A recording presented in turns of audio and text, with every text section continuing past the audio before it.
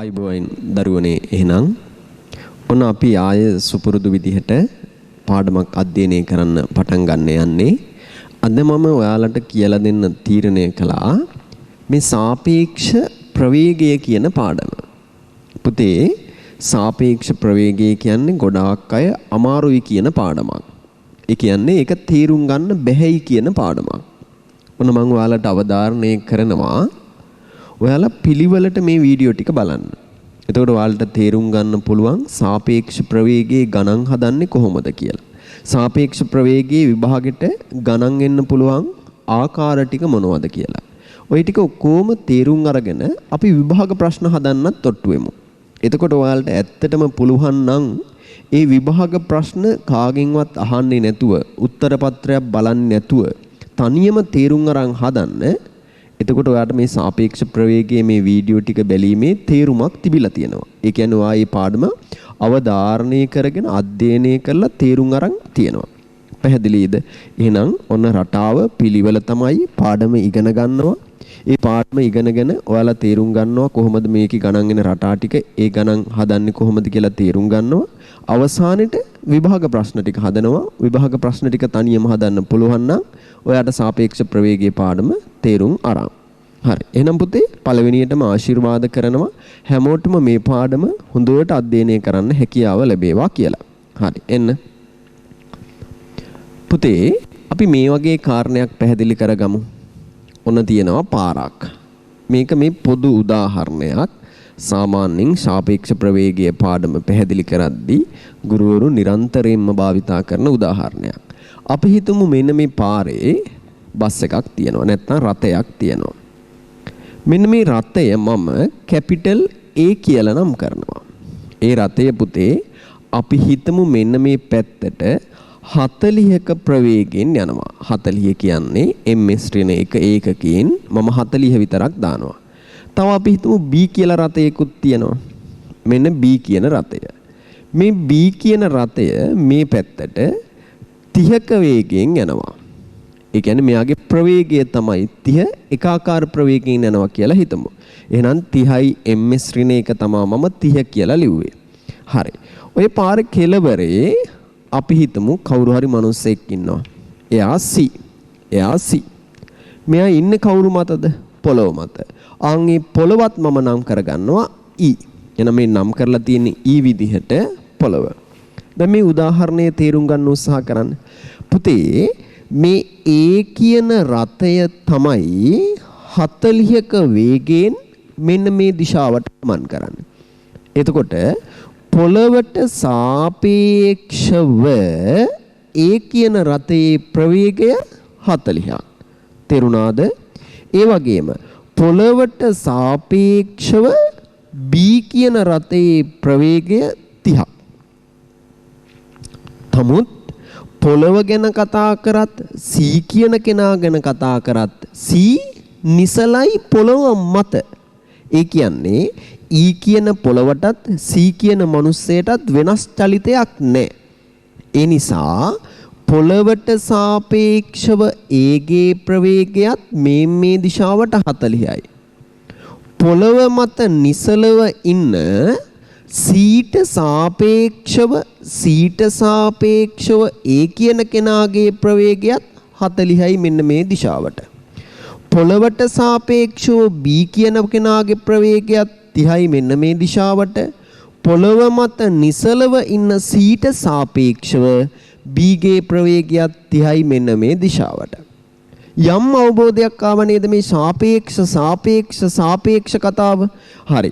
පුතේ ඔය සාපේක්ෂ ප්‍රවේගය කියන එක අපි අංකණය කරන විදිහ අධ්‍යයනය කරමු. ප්‍රවේගයක් තියෙනවා. මොකද්ද තියෙන්නේ? ප්‍රවේගයක්. ප්‍රවේගය කියන්නේ දෛශිකයක්. කාටද? Aට. ප්‍රවේගයක් තියෙනවා Aට. කාට සාපේක්ෂවද? පොළවට සාපේක්ෂව. කාට සාපේක්ෂවද? පොළවට සාපේක්ෂව. කොච්චරක්ද? 40යි. නමුත් ප්‍රවේගයේ දෛශිකයක් දිශාව තියෙන්න ඕනේ මෙන්න මේ දිශාවට. තේරුණාද ඒක ලියන හැටි? ප්‍රවේගයක් තියෙනවා කාටද පුතේ? Aට. කාට සාපේක්ෂවද? පොළවට සාපේක්ෂව මොකද්ද ප්‍රවේගයේ විශාලත්වය 40ක්. මොකද්ද ප්‍රවේගයේ දිශාව? මෙන්න මේ දිශාව.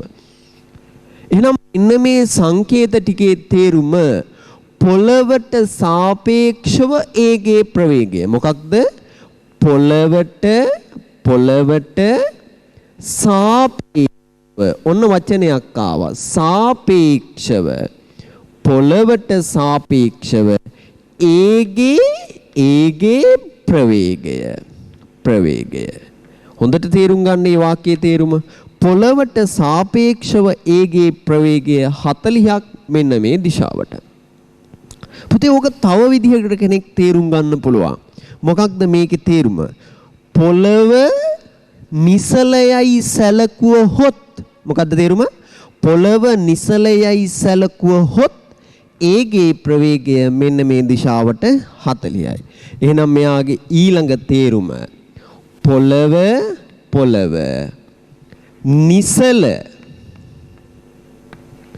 නිසල යයි සැලකුවහොත්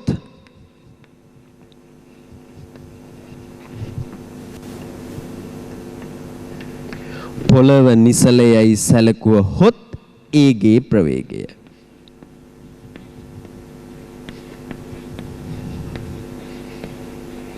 පුතේ එකම ප්‍රකාශනයේ අර්ථ දෙකක් තිබුණා. මොකක්ද දෙක අර්ථයක්? පොළවට සාපේක්ෂව ඒගේ ප්‍රවේගය. එහෙම නැත්නම් පොළව නිසලයයි සැලකුවහොත් ඒගේ ප්‍රවේගය. පුතේ ඔය කතාවම තවත් වචනයකින් ලියන්න පුළුවන්. ඒ වචනය තමයි පොළව නැමැති සමුද්දේශ රාමුවේ ඒගේ ප්‍රවේගය. පොළවේ සමුද්දේශ රාමුවේ ඒගේ ප්‍රවේගය. තේරුණාද?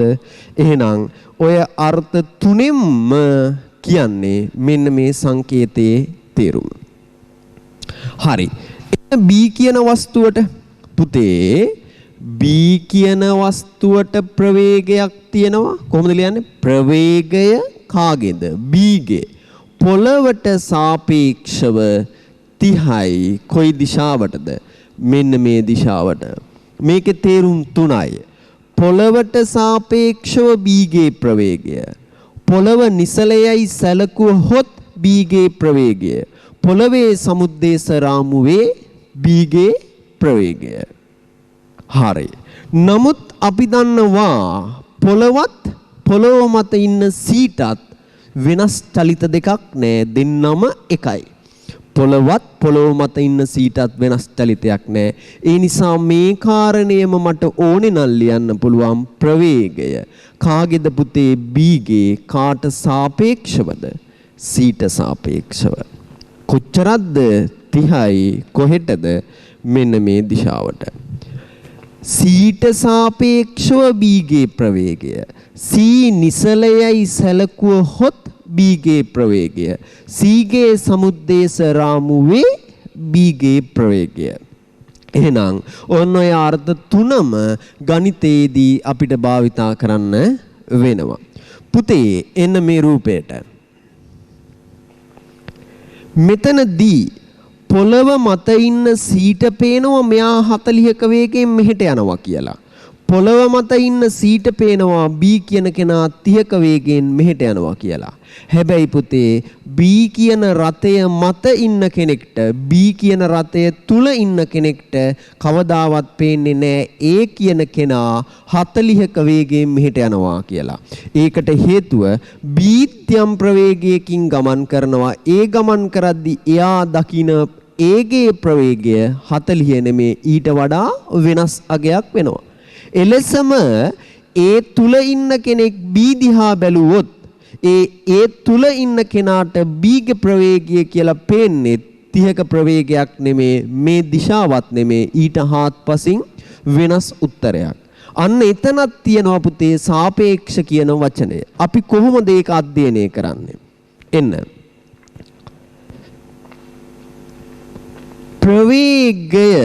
ප්‍රවේගය කාගේද? ඒගේ. කාට සාපේක්ෂවද? බීට සාපේක්ෂව. අන්න මේක උත්තරේ 30වත් 40වත් නෙමේ. අපි ඒක දන්නේ නැහැ. එහෙනම් අපිට ඕන වෙනවා ඒක හොයන්න. මේකේ තේරුම මොකද්ද? බීට සාපේක්ෂව ඒගේ ප්‍රවේගය, බීගේ සමුද්දේශ රාමුවේ ඒගේ ප්‍රවේගය, බී නිසලයයි සැලකුවහොත් ඒගේ ප්‍රවේගය අපිට හොයන්න ඕන වෙනවා. මේක දෛශිකයක් නිසා මේ උත්තරේ විදිහට අපිට කාරණා දෙකක් හොයන්න වෙනවා. එකක් මෙයාගේ විශාලත්වය ඉලක්කම් වලින්, අනිත් එක මෙයාගේ දිශාව. එහෙනම් අපිට අපි අධ්‍යයනය කරන්න යන කාරණේ මෙන්න මේ උත්තර හොයන එක තමයි තියෙන්නේ. පුතේ මේ උත්තර හොයද්දී අපිට දැන් තේරුම් ගන්න පුළුවන් මේක හොයන්න නම් යම් ක්‍රමවේදයක් තියෙන්න ඕනේ. ඒ ක්‍රමවේදය ගොඩනගෙනවා පුතේ සාපේක්ෂ ප්‍රවේග මූලධර්මය කියලා. එහෙනම් දැන් අපි අධ්‍යයනය කරමු මේවට උත්තර හොයන්න භාවිතා කරන සාපේක්ෂ ප්‍රවේග මූලධර්මය කියන්නේ මොකක්ද කියලා. පුතේ අධ්‍යයනය කරමු සාපේක්ෂ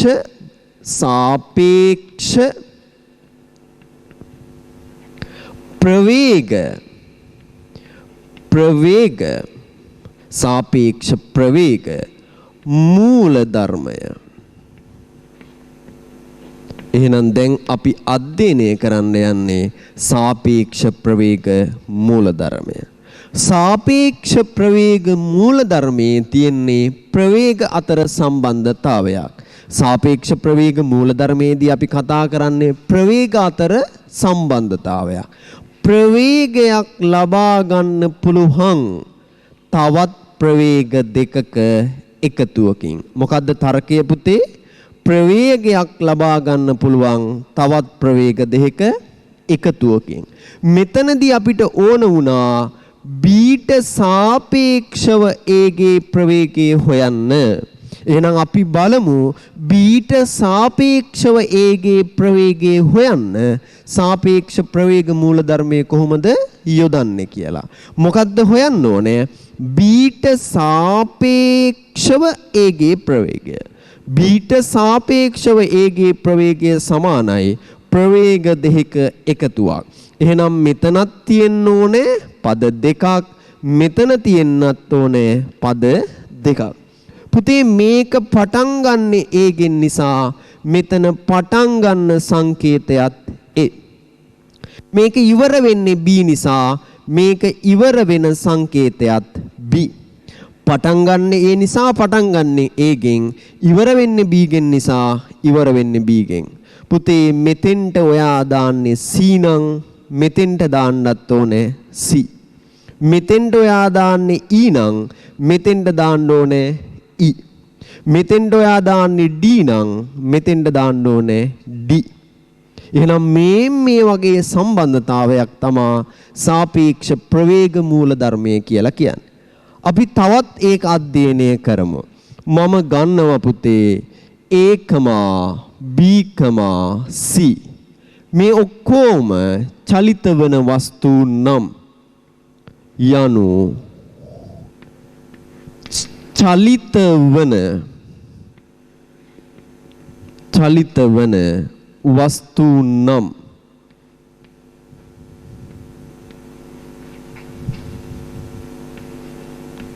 අපිට හොයන්න ඕනේ බීට සාපේක්ෂව ඒගේ ප්‍රවේගය නම් මේක සමානයි ප්‍රවේග දෙක එකතුවකට.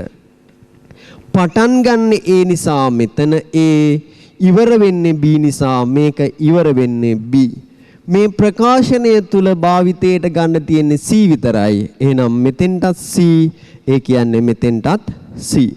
බීට සාපේක්ෂව ඒගේ ප්‍රවේගය සමානයි Cට සාපේක්ෂව ඒගේ ප්‍රවේගය ධන බීට සාපේක්ෂව Cගේ ප්‍රවේගය. ඒට සාපේක්ෂව බීට සාපේක්ෂව ඒගේ ප්‍රවේගය කියලා ලිව්වා. ඒ නිසා මෙතන AC මෙතන CB සමානතාවයේ මේ දෙන්න එකම අකුරක් වෙන්න ඕනේ. මේකට තමයි කියන්නේ සාපේක්ෂ ප්‍රවේග මූලධර්මය. මේ පාඩම පුරාවටම මේක භාවිතා කරලා තමයි පුතේ ගණන් හදන්න තියෙන්නේ. අපි අධ්‍යයනය කළ මෙන්න මේ සාපේක්ෂ ප්‍රවේග මූලධර්මය පුතේ දෛශික ඇසුරින් ගොඩනැගිච්ච ප්‍රකාශනයක් නේද? එහෙනම් මේ දෛශික ඇසුරින් තියෙන සමීකරණයක්. මේක ප්‍රවේගයට විතරක් නෙමෙයි. ඕනනම් විස්ථාපනයට භාවිතා කරන්නත් පුළුවන්. ප්‍රවේගයට භාවිතා කළොත් සාපේක්ෂ ප්‍රවේග මූලධර්මය. විස්ථාපනය ගත්තොත් මේ විදිහට ප්‍රකාශනයක් සාපේක්ෂ විස්ථාපන මූලධර්මය. අපිට දැන් විශේෂයෙන්ම ප්‍රවේග කාල ප්‍රස්ථාර ගණන් හදද්දී හැම සාපේක්ෂ තරණයක් ඕන වෙනවා. එහෙනම් මේක තරණයට ගත්තොත් ඒක මොකක් වෙනවද? සාපේක්ෂ තරණ මූලධර්මය වෙනවා. දැන් අපි මේ වස්තු තුනේම තරණය සම්බන්ධ කරලා නැත්නම් වෙන වස්තු තුනක් හරි තරණය සම්බන්ධ කරලා ප්‍රකාශනයක් ගොඩනගනවා නම් තරණයක් සමානයි තවත් තරණ දෙකක එකතුවක්. තරණයක් සමානයි තවත් තරණ දෙකක එකතුවක්. හරිද? එතකොට මෙතන ඒකමා b නම් එහෙනම් මෙතන ඉන්න ඕන මොකද්ද? ඒකමා c මෙතන c b. මේකට තමයි කියන්නේ සාපේක්ෂ තරණ මූල ධර්මය. A වලින් පටන් ගන්න නිසා මේක පටන් ගන්නෙත් A ගෙන්. B වලින් ඉවර වෙන්න නිසා මේක ඉවර වෙන්නෙත් B ගෙන්. මේ මැද සම්බන්ධ කරන අකුර එකම වෙන්න ඕනේ. මේක පුතේ ගානේ දීලා තියෙන දත්තේ ඇසුරින් මොකක්ද මෙතෙන්ට සම්බන්ධ කරන්න කියලා තීරණය කරනවා. උදාහරණ ගණන් හදද්දී ඔයාලට මේක හොඳටම තේරුම් ගන්න පුළුවන්. ප්‍රවේගයේ ඇසුරින් තියෙනවා නම් සාපේක්ෂ ප්‍රවේග මූල ධර්මය, තරණ ඇසුරින් තියෙනවා නම් සාපේක්ෂ තරණ මූල ධර්මය. පුතේ දැන් මේ සාපේක්ෂ ප්‍රවේග මූල ධර්මය භාවිතයෙන් අපිට ගණන් හදන්න වෙනවා. මේ ගණන් හදද්දී අපිට විවිධ වූ ශිල්ප ක්‍රම භාවිතා කරන්න වෙනවා. ප්‍රධානව අපිට මේකෙන් ගණන් හදද්දී පුතේ ප්‍රවේග ත්‍රිකෝණ අඳින්න වෙනවා. මොකක්ද අඳින්න වෙන්නේ? ප්‍රවේග ත්‍රිකෝණ. එහෙනම් ඔයාලට මේ පාඩමේ ගණන් හදද්දී ප්‍රවේග ත්‍රිකෝණ භාවිතා කරන්න වෙනවා. එහෙම නැත්නම් මේකෙන් ගණන් හදද්දී පුතේ ඔයාලට දෛශිකවල දැනුම භාවිතයෙන් දෛශික විභේදනය භාවිතා කරන්න වෙනවා. මොකද්ද භාවිතා කරන්නේ? දෛශික විභේදනය. එක්කෝ ප්‍රවේග ත්‍රිකෝණ අඳින්න වෙනවා. එහෙම නැත්නම් දෛශික විභේදනය භාවිතා කරන්න වෙනවා. මේ කාරණා දෙක සම්බන්ධ කරලා ගණන් හදන්න වෙනවා. හැබැයි මේ ප්‍රවේග ත්‍රිකෝණ ඇඳලා දෛශික විභේදනයේ දාලා ගණන් හදද්දී ඔයාට යම් තියරි කොටස්, සිද්ධාන්ත කොටස් කලින් දන්න දේවල් භාවිතා කරන්න වෙනවා. උදාහරණයකට පුතේ ඔයා මේකේ ගණන් හදද්දී කවුරුත් දන්න, හැමෝම දන්න පයිතගරස් ප්‍රමේය භාවිතා කරන්න වෙනවා. එහෙනම් එකක් ඔයා දැනගෙන ඉන්න ඕනේ. මේකේ ගණන් හදද්දී පයිතගරස් ප්‍රමේය කියන්නේ මොකක්ද? ඒක භාවිතා කරන්නේ කොහොමද කියලා. තවත් ඔයාලට මේක ගණන් හදද්දී භාවිතා කරන්න වෙනවා. ත්‍රිකෝණයක පුතේ පාද අතර සම්බන්ධතා. එහෙනම් ඔයාට ගණන් හදද්දී ආය භාවිතා කරන්න වෙනවා. ත්‍රිකෝණයක පාද අතර තියෙන සම්බන්ධතා sin θ කියන්නේ මොකද්ද? cos θ කියන්නේ මොකද්ද? tan θ කියන්නේ මොකක්ද? මේවා සම්බන්ධ කරලත් ගණන් හදන්න වෙනවා. ඊට අමතරව පුතේ ඔයාලට අමතක නම් මම පාඩම පැහැදිලි කරලා දෙද්දි මතක් කරනවා සයින් සූත්‍රය. මේ සයින් සූත්‍රය භාවිතා කරන්න වෙනවා පුතේ මේ පාඩමේ ගණන් හදන්න. අමතක නම් මම ගණන් හදද්දි මතක් කරලා දෙනවා කොස් සූත්‍රය ඕන වෙනවා පුතේ මේ පාඩමේ ගණන් හදද්දි. ඔයාලා පාස් පේපර් එහෙම හදාගෙන යද්දි ඒ පාස් පේපර් වල උත්තර තේරුම් ගද්දී එතනදිත් ඔයාලට ඕන වෙනවා කොට් සූත්‍රය කියලා එකක් තියෙනවා. ඒ කොට් සූත්‍රයත් ඔයාලට මේ ගණන් හදද්දී ඕන වෙනවා. ඊට අමතරව සාමාන්‍ය සුළු කිරීමේ ක්‍රමවේද අනුගමනය කරන්න වෙනවා. පුතේ මම මේ සියල්ලම මේ පාඩම පැහැදිලි කරද්දී ඔයාලට එකින් එක විස්තර කරනවා කොහොමද මේවා සම්බන්ධ කරලා ගණන් හදන්නේ කියලා. පාඩම සාපේක්ෂ ප්‍රවේගය වැඩිපුර ගණන් හදන්න තියෙන සාපේක්ෂ ප්‍රවේග මූලධර්මයෙන් සාපේක්ෂ ප්‍රවේග මූලධර්මයේ යොදද්දී එක්කෝ ප්‍රවේග ත්‍රිකෝණයක් අඳින්න වෙනවා නැත්නම් දෛශික විභේදනය භාවිතා කරන්න වෙනවා. ඒ දෛශික විභේදනයේ හරි ප්‍රවේග ත්‍රිකෝණයෙන් හරි ගණන් හදද්දී මෙන්න මේ સિદ્ધාන්ත කොටස් උත්තර ගන්න අපිට යොදා ගන්න වෙනවා. මේ සියල්ලම අපි මේ පාඩම තුලද කියලා දෙනවා. පුතේ වැදගත් දෙයක් මම නැවත ඔයාලට මතක් කරන්න කැමති. මොකක්ද? මම මේකේ ගණන් හදන්න ඔයාලට කපටි ක්‍රමවේද කියලා දෙනවා. ඒ කියන්නේ පහසු ක්‍රමවේද කියලා දෙනවා. වරදින්නේ නැති ක්‍රමවේද කියලා දෙනවා. ආන් ඒ ක්‍රමවේදයේදී වැදගත් දෙයක් තමයි දෛශික එකතු කරන්නේ කොහොමද කියන එක. දෛශික එකතු කරන්නේ කොහොමද කියලා. ඔයා හිතන්න පුතේ ඒ වලින් පටන්ගෙන මොකද්ද? ඒ වලින් පටන්ගෙන B දක්වා දිවෙන දෛශිකයක් තියෙනවා. ආන් ඒකට අපි නමක් දෙනවා AB දෛශිකය. ඒ වලින් පටන්ගෙන B දක්වා දිවෙන දෛශිකය. මොකක්ද ඒක? AB දෛශිකය. එහෙනම් මට AB දෛශිකයට එකතු කරන්න ඕනේ BC දෛශිකය. AB දෛශිකයට එකතු කරන්න ඕනේ කවුද? BC දෛශිකය. A වලින් පටන්ගෙන B වලින් ඉවර වෙන දෛශිකයට නාපු නම තමයි AB දෛශිකය. ඒකට එකතු කරන්න ඕනේ කවුද? BC දෛශිකය. පුතේ BC දෛශිකය යනු B වලින් පටන්ගෙන C වලින් අවසන් වන දෛශිකයයි. ආන් ඒ දෛශිකය මම මෙන්න මේක කියලා හිතන්නම්. එහෙනම් B වලින් පටන්ගෙන C වලින් ඉවර වෙන දෛශිකය. පුතේ මෙන්න මේ දෛශික දෙකේ එකතුව හරියටම සමානයි. මෙතනින් පටන්ගෙන මෙතෙන්ට ආවා, මෙතන ඉඳන් මෙතෙන්ට ගියා. මෙතනින් පටන්ගෙන මෙතෙන්ට ආවා, මෙතන ඉඳන් මෙතෙන්ට ගියා. ලැබෙන පිළිතුර එකතුව සමානයි. ඒ වලින් පටන්ගෙන C දක්වා දිවෙන දෛශිකය ඒ කියන්නේ AC දෛශිකය. AB දෛශිකයට BC දෛශිකය එකතු කළ විට ලැබෙන පිළිතුර AC දෛශිකය වේ. මෙතනත් B, මෙතනත් B.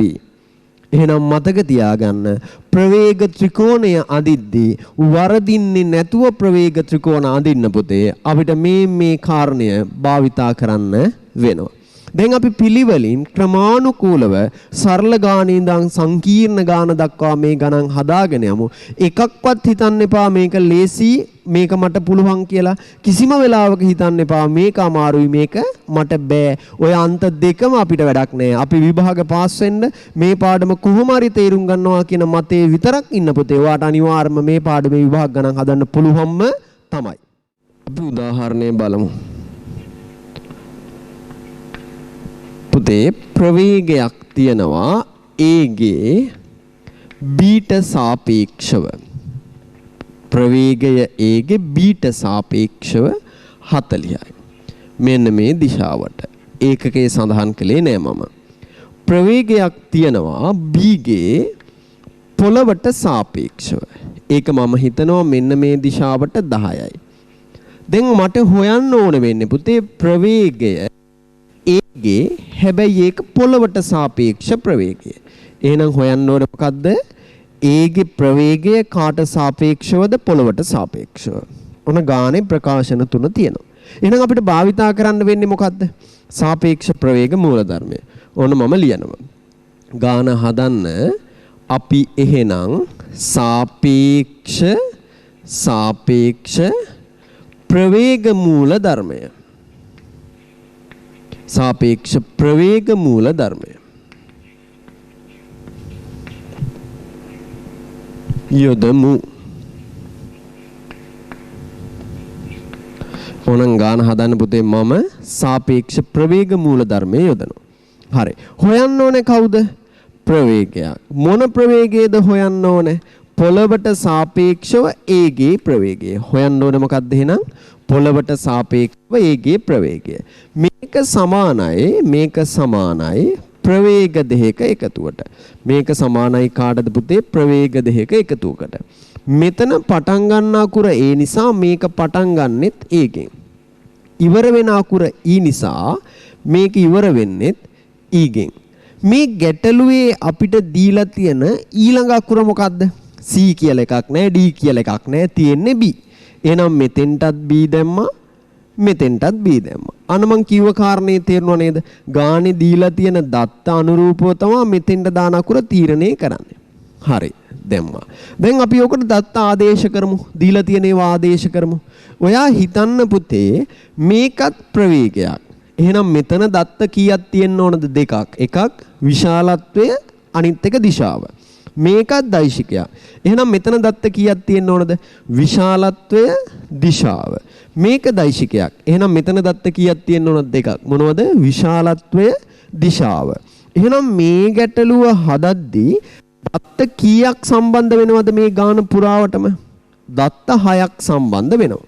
හරි නේද? මෙතෙන්ට දත්ත 2යි, මෙතෙන්ට දත්ත 2යි, මෙතෙන්ට දත්ත 2යි. එහෙනම් ඔය දත්ත 6 එහෙට මෙහෙට කරලා උත්තර ගන්න එකක් නේද තියෙන්නේ? හරි. ආදේශ කරමු බලන්න. පුතේ මෙයා දන්නේ නැහැ. එහෙනම් මෙයාව තමයි හොයන්න ඕනේ. දැනටම දත්ත දෙකක් දන්නේ නැහැ. මේ බීට සාපේක්ෂව ඒගේ ප්‍රවේගය දන්නවා. මෙන්න මේ දිශාවට 40ක්. ඔන්න ලිව්වා. එකතු කරපන්. ඔන්න එකතු කිරීම. ඊට සාපේක්ෂව B ගේ ප්‍රවේගය දන්නවා. මෙහෙට 10ක්. එහෙනම් දත්ත 6ක ප්‍රකාශනයක දත්ත 4ක් දනී. දත්ත දෙකක් නොදනී. නොදන්න දත්ත දෙක හොයපන්. එහෙනම් තේරුම් ගන්න පුතේ මේ දත්ත 4ක් දැනගෙන දත්ත දෙකක් හොයන්න තමයි යන්නේ. මේක හොයන්න පුළුවන් ක්‍රම එක්කෝ දෛශික විභේදනය කරන්න පුළුවන්. නැත්නම් ප්‍රවේග ත්‍රිකෝණ දෙන්න පුළුවන්. මේවා ඊළඟට අර දන්න සිද්ධාන්ත භාවිතා කරලා උත්තර හොයන්න පුළුවන්. හරි නේද පුතේ?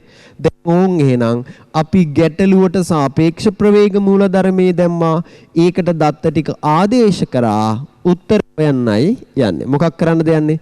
උත්තර හොයන්න යන්නේ. පුතේ දැන් ලේසියෙන් ඔයාලා දෛශික වල දැනුමින් දන්නවා මේ දිශාවට තියෙන 40ක දෛශිකයක්. විශාලත්වය 40යි. මේ දිශාවට තියෙන විශාලත්වය 10යි.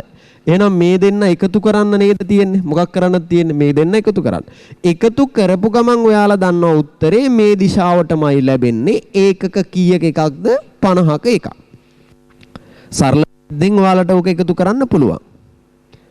එතකොට ලැබෙනවා මොකක්ද උත්තරේ? එතකොට ලැබෙන උත්තරේ තමයි ඒගේ ප්‍රවේගය පොළවට සාපේක්ෂව මොකක්ද?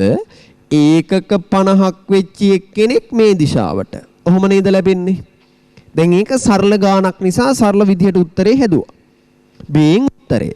දැන් කවුරු හරි කෙනෙක් ප්‍රශ්න කරනවා නම් මට මේකේ දිශාව වැඩගත් නැහැ. මට විශාලත්වයේ විතරයි ඕනේ කියලා. එහෙනම් විශාලත්වයේ විතරක් දෛශිකවල ලියන ආකාරයක් තියෙන්න ඕනේ නේද? එහෙනම් පුතේ විශාලත්වයේ විතරක් නම් ඕනේ. ප්‍රවේගය ඒකේ පොළවට සාපේක්ෂව එයාගේ විශාලත්වයේ විතරක් නම් මෙන්න මේ මාපාංක ලකුණ දානවා. එතකොට ඒකෙන් අර්ථ ගන්නවන්නේ විශාලත්වයේ විතරයි. එහෙනම් මේ ගැටලුවේ විශාලත්වය කොච්චරද පුතේ? 50යි. විශාලත්වය කොච්චරද? 50යි. උත්තරේ හොයාගත්තා. හැබැයි මෙතනදී අපි අර කිව්ව ගොඩාක් ලොකු සිද්ධාන්ත මොනවත් භාවිතා කරාද නෑ? සරල ගණක් උත්තරේ එකතු කරලා ගත්තා. දැන් අපි ඕකෙම්ම තව ගානක් හදමු. ඒකත් සරල විදිහට හදලා ටික ටික සංකීර්ණ වෙනකොට මම ගාන හදන තවත් ක්‍රමවේද කියලා දෙනවා. එහෙනම් දෛශිකයක් නිසා විශාලත්වයයි දිශාවයි දෙකම මොන වෙනවා? විශාලත්වයේ විතරක් ඕනුනොත් මාපාංකය දානවා. එතකොට පුතේ විශාලත්වයේ විතරයි. හරි. යම් කිසි වෙලාවක ඔයාලගෙන් මෙහෙමත් ප්‍රශ්න කරනවා. මේ විදිහට. හා බලන්න. ප්‍රවේගය ඒගේ කාට සාපේක්ෂවද? පොළවට සාපේක්ෂව. මොකද උත්තරේ? 50ක ප්‍රවේගයක් මෙන්න මේ දිශාවට. 50ක ප්‍රවේගයක් මෙන්න මේ දිශාවට. හරි නේද පුතේ? මොකද්ද මේ තියෙන්නේ? පොළවට නැත්නම් ඊට සාපේක්ෂව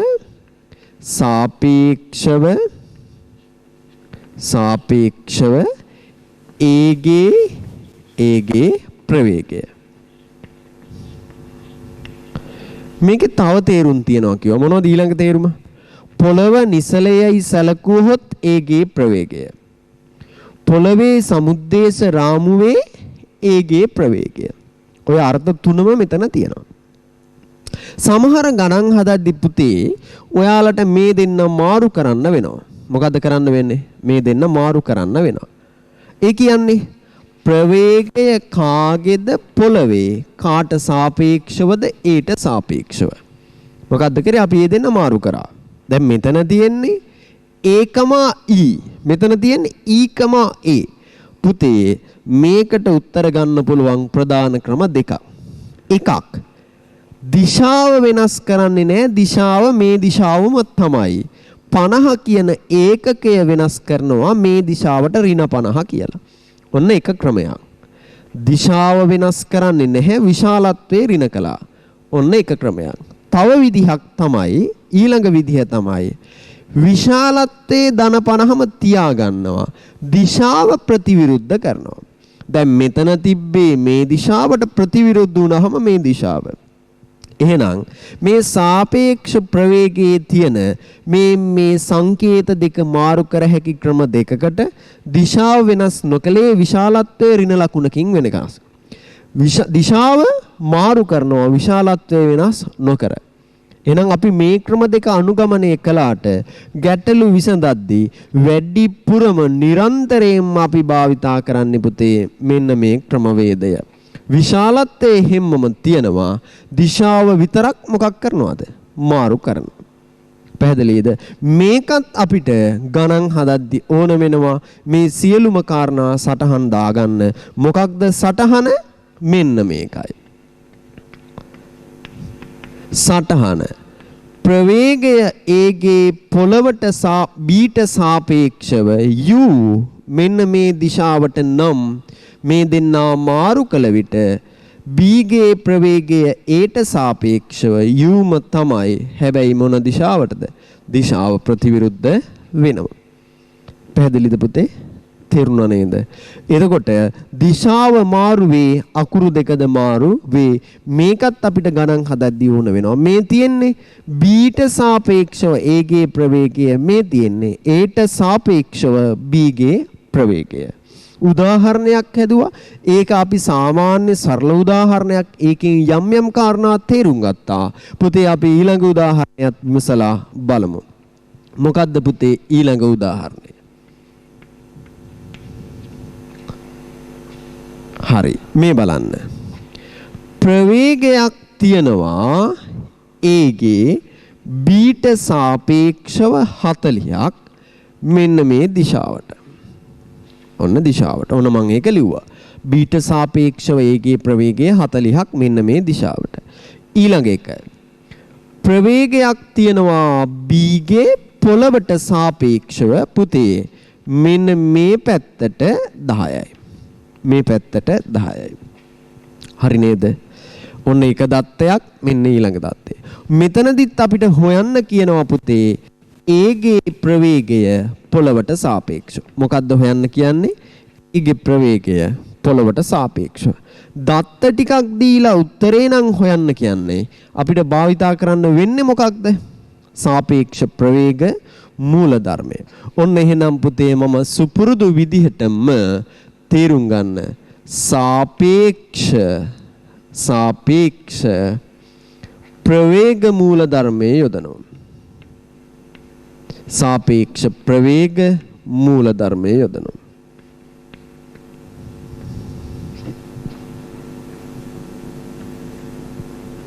හොයන්න ඕනේ මොන කාරණේද පුතේ? ප්‍රවේගය ඒගේ කාට සාපේක්ෂවද පොළවට සාපේක්ෂව. මෙයාගේ උත්තරේ ප්‍රවේග දෙක එකතුවට සමානයි. මෙයාගේ උත්තරේ ප්‍රවේග දෙක එකතුවට සමානයි. පටන් ගන්න ඒකෙන් නිසා මේක පටන් ගන්න ඒ ඉවර වෙන්නේ ඊගෙන් නිසා මේක ඉවර වෙන්නේ ඊගෙන්. සම්බන්ධිත දත්තයන්ගේ ඊළඟ අගුර b. ඒ නිසා මෙතෙන්ටත් b පුතේ මෙතෙන්ටත් b.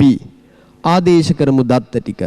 මේ බීට සාපේක්ෂව ඒගේ ප්‍රවේගය මොකක්ද පුතේ? මෙන්න මේ දිශාවට 40ක්. මේ දිශාවට 40ක්. ඒකට එකතු වෙන්න ඕන පුතේ පොළවට සාපේක්ෂව බීගේ ප්‍රවේගය මෙන්න මේ පැත්තට 10ක්. මේ දෙකේ එකතුව තමයි අපිට හොයන්න වෙන්නේ. දිශාව මෙහෙට දිශාව මෙහෙට දිශා දෙකක් පළවෙනි උදාහරණය වගේ සරලව අපිට එකතු කරන්න බෑ. එහෙනම් මේක එකතු කරන්න යම් ක්‍රමවේදයක් තියෙන්න ඕනේ. ආන්ගේ ක්‍රමවේදය තමයි මේක පුතේ 40ක්ම තියාගන්නවා මේ දිශාවට. මෙතන ලකුණ ධන. මම මෙයාගේ දිශාව මාරු කරනවා මේ පැත්තට. දිශාව මාරු කරා යන විශාලත්වය මොකක් වෙනවද? ඍණ 10 වෙනවා. විශාලත්වය මොකක් වෙනවද? ඍණ 10 වෙනවා. මොකක්ද භාවිතා කරපු දැනුම? දෛශිකවල දැනුම. එකතු කරන්න තියෙන්නේ දිශා දෙකක් නිසා මේක මේ පැත්තට මේක මේ පැත්තට දිශාව මාරු කරා ලකුණ ඍණ. දැන් පුතේ මේ දින්නාගේ එකතුවත් මේ දිශාවම බව අපි දනී. එකතු වෙන්න ඕනේ 40ට ඍණ 10ක්. එහෙනම් උත්තරේ 30යි. උත්තරේ කීයද? 30යි. මොන උත්තරේද? පොළවට සාපේක්ෂව ඒගේ ප්‍රවේගය මෙන්න මේ දිශාවට ඒකක 30ක් වේ. එතනදිත් අපි භාවිතා කරේ දෛශිකවල සාමාන්‍ය දැනුම. හරි නේද පුතේ? දෛශිකවල සාමාන්‍ය දැනුම භාවිතා කරලා දෙවෙනි උදාහරණෙත් හැදුවා. හොඳට තේරුම් ගන්න මගේ දරුවෝ ටික. එතකොට ඔයාලට මේ පාඩමේ කිසිම තැනක පැටලෙල්ලක් වෙන්නේ නැහැ. මුලින් ඉඳන් මම කියන්නේ පළවෙනි උදාහරණේ ලේසි වැඩි, දෙවෙනි උදාහරණේ ලේසි වැඩි කියන තැනට එන්න එපා. මොකද අවසාන ගණන් හොඳටම අමාරුයි.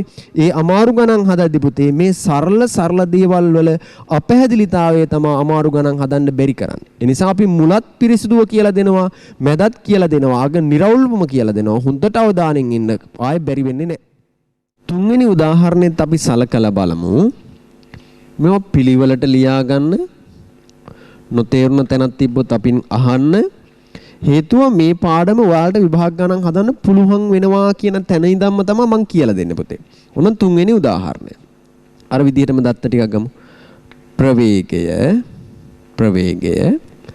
දැමු. A ගේ ප්‍රවේගය B ට සාපේක්ෂව සමානයි. කලින් උදාහරණයටම සමාන එකක් ගමු. 40යි මෙන්න මේ දිශාවට. හරි. ඔන්න එක දත්තයක් හරි. B ට සාපේක්ෂව A ගේ ප්‍රවේගය දන්නවා. ඒක හරිනේ පුතේ. ඒක 40ක් මෙන්න මේ දිශාවට. ඊළඟ එක ප්‍රවේගය අපි ගමු B ට සාපේක්ෂව C ගේ ප්‍රවේගය. මොකක්ද ගන්නෙ? B ට සාපේක්ෂව C ගේ ප්‍රවේගය. ඒක ගමු මේ පැත්තට 10යි. සමාන ඉලක්කම් ගන්න මේ સિદ્ધාන්තය පැහැදිලි කරන්න. දැන් අපිට හොයන්න ඕන වෙන්නේ B ට සාපේක්ෂව A ගේ ප්‍රවේගයත් දන්නවා. B ට සාපේක්ෂව C ගේ ප්‍රවේගයත් දන්නවා. අපිට හොයන්න ඕනේ පුතේ A ගේ ප්‍රවේගය C ට සාපේක්ෂව. ඔන්න ඕක තමයි හොයන්න යන්නේ. දැන් මේක හොයන්න නම් භාවිතා කරන්න වෙන්නේ මොකද්ද? සාපේක්ෂ ප්‍රවේග මූලධර්මය. මම ඕක ලියන්නේ නැහැ. ඔයාලා ලියන්න. එතකොට ගාන පිරිසිදුයි, පිළිවෙලයි, ලස්සනයි. මම ලියන්නේ නැහැ. මොකද්ද හොයන්න ඕනේ? A ගේ ප්‍රවේගය හැබැයි කාට සාපේක්ෂවද? C ට සමාන. එතකොට මේක සමානයි ප්‍රවේග දෙක එකතුවකට. කාටද සමාන? ප්‍රවේග දෙක එකතුවකට. මෙතන A නිසා පටන් ගන්න අකුර A. මෙතන C නිසා ඉවර වෙන අකුර C. මෙතෙන්ට දාන අකුරම තමයි මෙතෙන්ට දාන්න ඕනේ. ගැටලුවේ දීලා තියෙන ඊළඟ අකුර තමයි B. එහෙනම් මෙතෙන්ටත් B, මෙතෙන්ටත් B. C ට සාපේක්ෂව A ගේ ප්‍රවේගය සමානයි. B ට සාපේක්ෂව A ගේ ප්‍රවේගය ධන. C ට සාපේක්ෂව B ගේ ප්‍රවේගය. දත්ත 6ක ප්‍රකාශනයක්. ඒ දත්ත 6 ප්‍රකාශනයේ අපි දන්න දත්ත මේකට ආදේශ කරලා බලමු. එකක්. මෙයාගේ කිසිම දෙයක් දන්නේ නැහැ.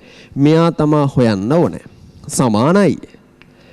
B ට සාපේක්ෂව A ගේ ප්‍රවේගය 40ක් කොහෙටද පුතේ? මෙන්න මේ පැත්තට. 40ක් මෙහෙට. එකතු කරපන්. ඔන්න එකතු කරනවා. කාටද? C ට සාපේක්ෂව B ගේ ප්‍රවේගය. C ට සාපේක්ෂව B ගේ ප්‍රවේගය. එහෙම එකක් මෙතන නෑ. මෙතන තියෙන්නේ මොකද්ද? B ට සාපේක්ෂව C ගේ ප්‍රවේගය. එහෙනම් මේකේ අකුරු දෙක මෙතනදී මොකක් වෙලා තියෙන්නේ? මාරු වෙලා තියෙන්නේ. එහෙනම් අකුරු දෙක මාරු කරන්න පුළුවන් ක්‍රම දෙකක් කියලා දුන්නා. එක ක්‍රමයක් දිශාව එහෙම්මම තියාගන්නවා, විශාලත්වය ඍණ කරනවා. ඊළඟ එක විශාලත්වය එහෙම්මම තියනවා, දිශාව මාරු කරනවා. මගේ දරුවෝ කියන්න මට මෙතනදී වඩාත් ගැළපෙන්නේ මොකද්ද? මේ දිශාවම අතන තියෙන නිසා දිශාව මෙහෙම්මම තියාගත්තා. විශාලත්වය ඍණ කරා. විශාලත්වය මොකක් කරාද? ඍණ කරා. එහෙනම් ඔන්න බලන්න අකුරු දෙක මාරු කළ හැකි ක්‍රම දෙකයි. එකක් දිශාව එලෙසමයි විශාලත්වය ඍණ වේ. අනිත් එක විශාලත්වය එලෙසමයි දිශාව මාරු වේ. මේ දිශාවට තියෙනවා 40ක්, මේ දිශාවට තියෙනවා ඍණ 10ක්. එකතුව එම දිශාවටම 30ක් වේ. එම දිශාවටම 30ක් වේ. මේවා හදන්න පුළුවන් පුතේ තව ක්‍රම තියෙනවා. මේ සරල දේවල් ටිකක් කියලා දුන්නේ සංකීර්ණ වෙනකොට මේවා මොනවද කියලා හිතෙනවා. එතකොට තව දේවල් තියෙනවා මේවා හදන විදිය. එහෙනම් මෙතනදිත් අපි යම් දේවල් ටිකක් අධ්‍යයනය කරා මේක හොඳටම තේරුම් ගත්තා. පුතේ මේක හදන්න පුළුවන් බම තව ක්‍රමයක් කියලා දෙනවා. මේක හොඳටම ඔලුවට දාගන්න. අය කිසි තැනක පටලෙන්නේ නැතුව. ඔන්න සාපේක්ෂ ප්‍රවේග මූල ධර්මයේ යොදලා හදන දෙවනි ක්‍රමය. පැහැදිලි කරන දෙවනි ක්‍රමය. v ඒකමා c සමානයි v ඒකමා b ධන v b c දත්ත ටික ආදේශ කරා. මේ පැත්තට 40ක් ධන මේක මාරු කරා. මොකද්ද? ඔන්න අපි ඊළඟ එක දිශාව මාරු කරා විශාලත්වයේ එලෙසමයි. ඔන්න දෙවෙනි ක්‍රමය. මොකද්ද? දිශාව මාරු කරා විශාලත්වයේ එලෙසමයි. කලින් අවස්ථාව ඊට වඩා වෙනස් විදියක්. දැන් මේකට උත්තරේ නේද හොයන්න ඕනේ. දැන් පුතේ මම මේ ගාන හදන්න භාවිතා කරනවා දෛශිකවල දැනුම. මොන දැනුමද භාවිතා කරන්නේ? දෛශිකවල දැනුම. හොඳට තේරුම් ගන්න. මෙන්න මේ දෛශිකයට මේ දෛශිකයේ එකතු කරපු කල ලැබෙන පිළිතුර මෙන්න මේ දෛශිකය වේ. මේ දෛශිකයට මේ දෛශිකයේ එකතු කළ කල ලැබෙන පිළිතුර මේ දෛශිකය වේ. ඒ නිසා මේක පටන් ගන්න පළවෙනි දෛශිකය පුතේ මම PQ දෛශිකය කියලා ගන්නවා. මොකද්ද පළවෙනි දෛශිකය ගන්නෙ? PQ දෛශිකය. PQ දෛශිකය කියන්නේ මොකද්ද? P වලින් පටන්ගෙන Q වලින් අවසන් වන දෛශිකය. ඒ නිසා මේකේ ඊතලයේ තියෙන්නේ මෙහෙට. ඒ ඊතලයේ පස පැත්ත කෙලවර P ඉස්සරහා පැත්ත කෙලවර Q. P වලින් පටන්ගෙන Q ගෙන් අවසන් වන දෛශිකය වේ. ඒකට එකතු කරපන් කියනවා පුතේ QR දෛශිකය. මොකක්ද එකතු කරන්න කියන්නේ? QR දෛශිකය. QR දෛශිකය යනු Q ගෙන් පටන්ගෙන R ගෙන් අවසන් වන දෛශිකය වේ. ඊතලයේ පස්ස පැත්ත කෙලවර Q ඉස්සරහා පැත්ත කෙලවර R. PQ දෛශිකයට QR දෛශිකය එකතු කරාම මෙතනත් Q මෙතනත් Q ලැබෙන පිළිතුර PR දෛශිකය වේ. PR දෛශිකය ලැබෙන පිළිතුර PR දෛශිකය වේ. එහෙනම් PQ දෛශිකයට QR දෛශිකය එකතු කරලා ලැබෙන PR දෛශිකය හෙව්වනම් ඒත් අපිට ඕකේ උත්තරේ ලබා ගන්න පුළුවන්. එකතු කරමු දෛශික විදිහට. මොකද්ද මුලින්ම අදින්නේ? PQ දෛශිකය. PQ දෛශිකය කියන්නේ මොකක්ද පුතේ? ඒකක 40ක් දිග දෛශිකයක්. ඔන්න පටන් ගත්තා. P මෙතන. P ගෙන් පටන්ගෙන මෙහෙට ඇඳගෙන එනවා. කොච්චරක්ද? ඒකක 40ක්. ඉවර වෙනවා Q ගෙන්. මෙන්න මෙතන තමයි Q. PQ දෛශිකයේ ඇඳලා ඉවරයි QR. QR කියන්නේ Q ගෙන් පටන්ගෙන මේ පැත්තට යනවා ඒකක 10ක්. මෙතන ඉවර වෙනවා. එහෙනම් මෙතන තමයි R. මෙතන තමයි R. PQ දෛශිකයට එකතු කරා QR දෛශිකය ලැබෙන පිළිතුර අවසාන පිළිතුර PR දෛශිකය වේ. PR දෛශිකය කියන්නේ පුතේ P ගෙන් පටන්ගෙන R ගෙන් අවසන් වන දෛශිකය මේක. එහෙනම් PR දෛශිකය යනු මෙන්න මේ දිශාවට පවතිනා වූ මෙතන ඉඳන් මෙතෙන්ට ඒකක 40යි මෙතන ඉඳන් මෙතෙන්ට ඒකක 10යි. එහෙනම් එකක 30යි ඒකක 30ක් වූ දෛශිකයකි. PR දෛශිකයේ කාටද සමාන පුතේ? ප්‍රවේගය ඒකමාසීට. එහෙනම් මේ විදිහට දෛශික වලින් දෛශික වලට අදාළ රූප සටහනක් ඇඳීම මගින් මේකට උත්තරේ හොයන්නත් පුළුවන්. තේරුණාද? දෛශික වලින් මේකට අදාළ රූප සටහනක් ඇඳලා උත්තර හොයන්නත් පුළුවන්. හොඳටම තේරුණාද ඒක? මේක තේරුම් ගන්න වෙනවා පුතේ. සංකීර්ණ ගණන් හදන්න පහසුම විදිහ තමයි මෙන්න මේ දෛශික වලින් ගාන හදන විදිය. එන්න ආයේ ගානට. ඔයා මෙතන දෛශික දාද්දි මේක PQ කියලා දැම්මා. මේක QR කියලා දැම්මා. ලැබිය යුතු උත්තරේ PR උනා. PR වලට උත්තරයක් අපිට ආවා 30ක් කියලා. මීට වැඩිය තවත් ක්‍රම තියෙන්න පුළුවන්. ඒ නිසා අපි තවත් ක්‍රමයක් අධ්‍යයනය කරලා බලමු. මෙන්න පුතේ එහෙනම් තුන්වෙනි ක්‍රමය. මෙන්න එහෙනම් තුන්වෙනි ක්‍රමය. හරි. බලමු තුන්වෙනි ක්‍රමය. ආයෙ මම දත්ත ටික ලියනවා. V ඒකමා C සමානයි V ඒකමා B ධන V B C. මේක පුතේ ඒකක 40ක් මේ පැත්තට, මේක ඒකක 30ක් මේ පැත්තට. ඔන්න ඔය ටික. දැන් අපි මේක එකතු කරන්න යන්නේ මොනවා භාවිතා කරලාද? දෛශික භාවිතා කරලා. මොකක් විදිහටද මේක එකතු කරන්න යන්නේ? දෛශික භාවිතා කරලා. පටන් ගමු. කලින් ඔයාලට පැහැදිලි කරද්දි මම කියලා දුන්නේ මේක පුතේ PQ දෛශිකය කියලා, මේක QR දෛශිකය කියලා. වෙනස් විදිහකට ගන්නම් ඔයාලට තේරුම් කරන්න. මේක මම ගන්නම් මේක පුතේ 30ක් නෙමෙයි, මේක 10යි. මේක ගන්නම් XY දෛශිකය කියලා. මොකක්ද එහෙනම් මේ XY දෛශිකය කියන එකේ තේරුම? X කෙන් පටන්ගෙන, ඒ කියන්නේ ඊතලයේ පැත්ත කෙලවර X, Y ගෙන් අවසන් වන දෛශිකයේ XY දෛශිකය වේ. ඒක එකතු කරනවා මං YZ දෛශිකය. මොන දෛශිකයද එකතු කරන්නේ? YZ. Y ගෙන් පටන්ගෙන Z ගෙන් ඉවර වෙන දෛශිකය. ඊතලයේ පස්ස පැත්ත Y, ඉස්සරහ පැත්ත Z. XY දෛශිකයට YZ එකතු වෙද්දී මේකත් Y මේකත් Y නිසා ලැබෙන උත්තරේ කාට සමානයිද? ලැබෙන උත්තරේ XZ දෛශිකයට සමානයි. මේක XZ, ලැබෙන උත්තරේ XZ වේ.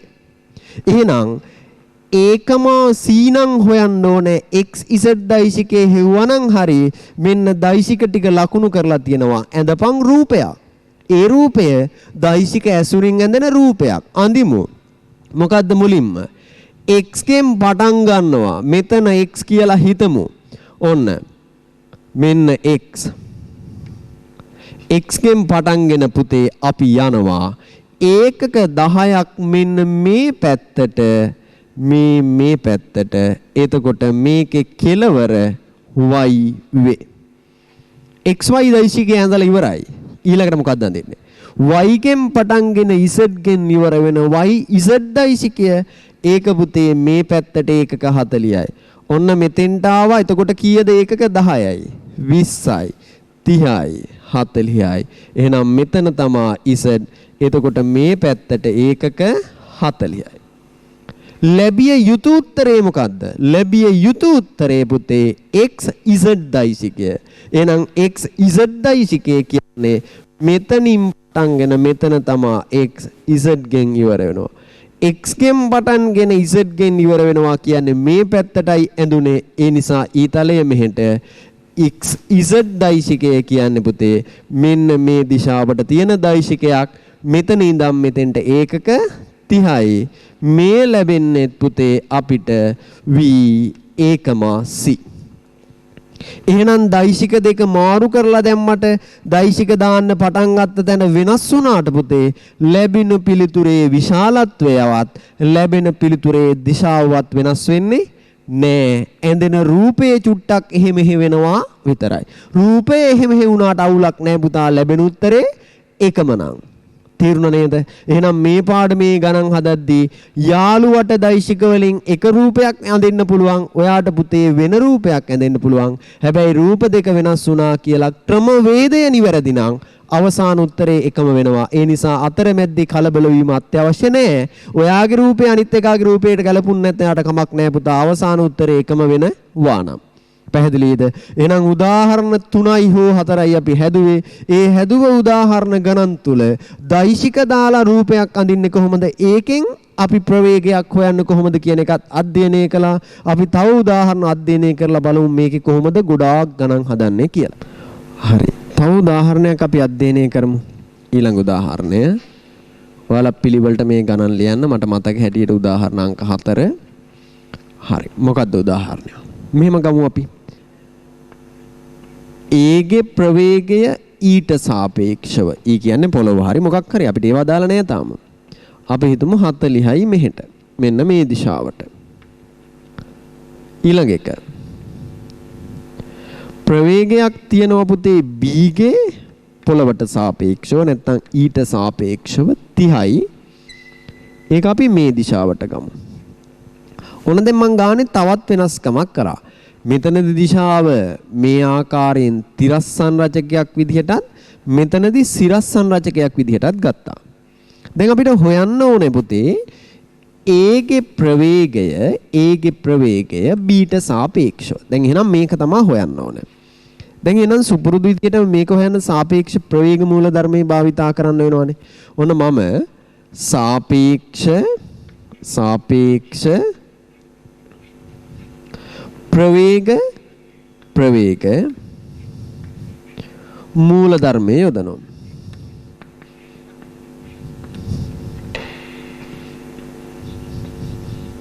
සාපේක්ෂ ප්‍රවේග මූල ධර්මයේ යොදමු. කවුරු හොයන්නද සාපේක්ෂ ප්‍රවේග මූල ධර්මයේ යොදන්නේ? බීට සාපේක්ෂව ඒගේ ප්‍රවේගය හොයන්න. සමානයි. ප්‍රවේගයක් නිසා තවත් ප්‍රවේග දෙකක එකතුවට සමානයි. පටන් ගන්න අකුර A, ඉවර වෙන අකුර B. සම්බන්ධ කරන්න තියෙන ඊළඟ අකුර E. ඒ නිසා මෙතෙන්ට කමාවක් E. මෙතන පටන් ගන්න E. දත්ත 6ක ප්‍රකාශනයක් දීලා තියෙන දත්ත ආදේශ කරමු.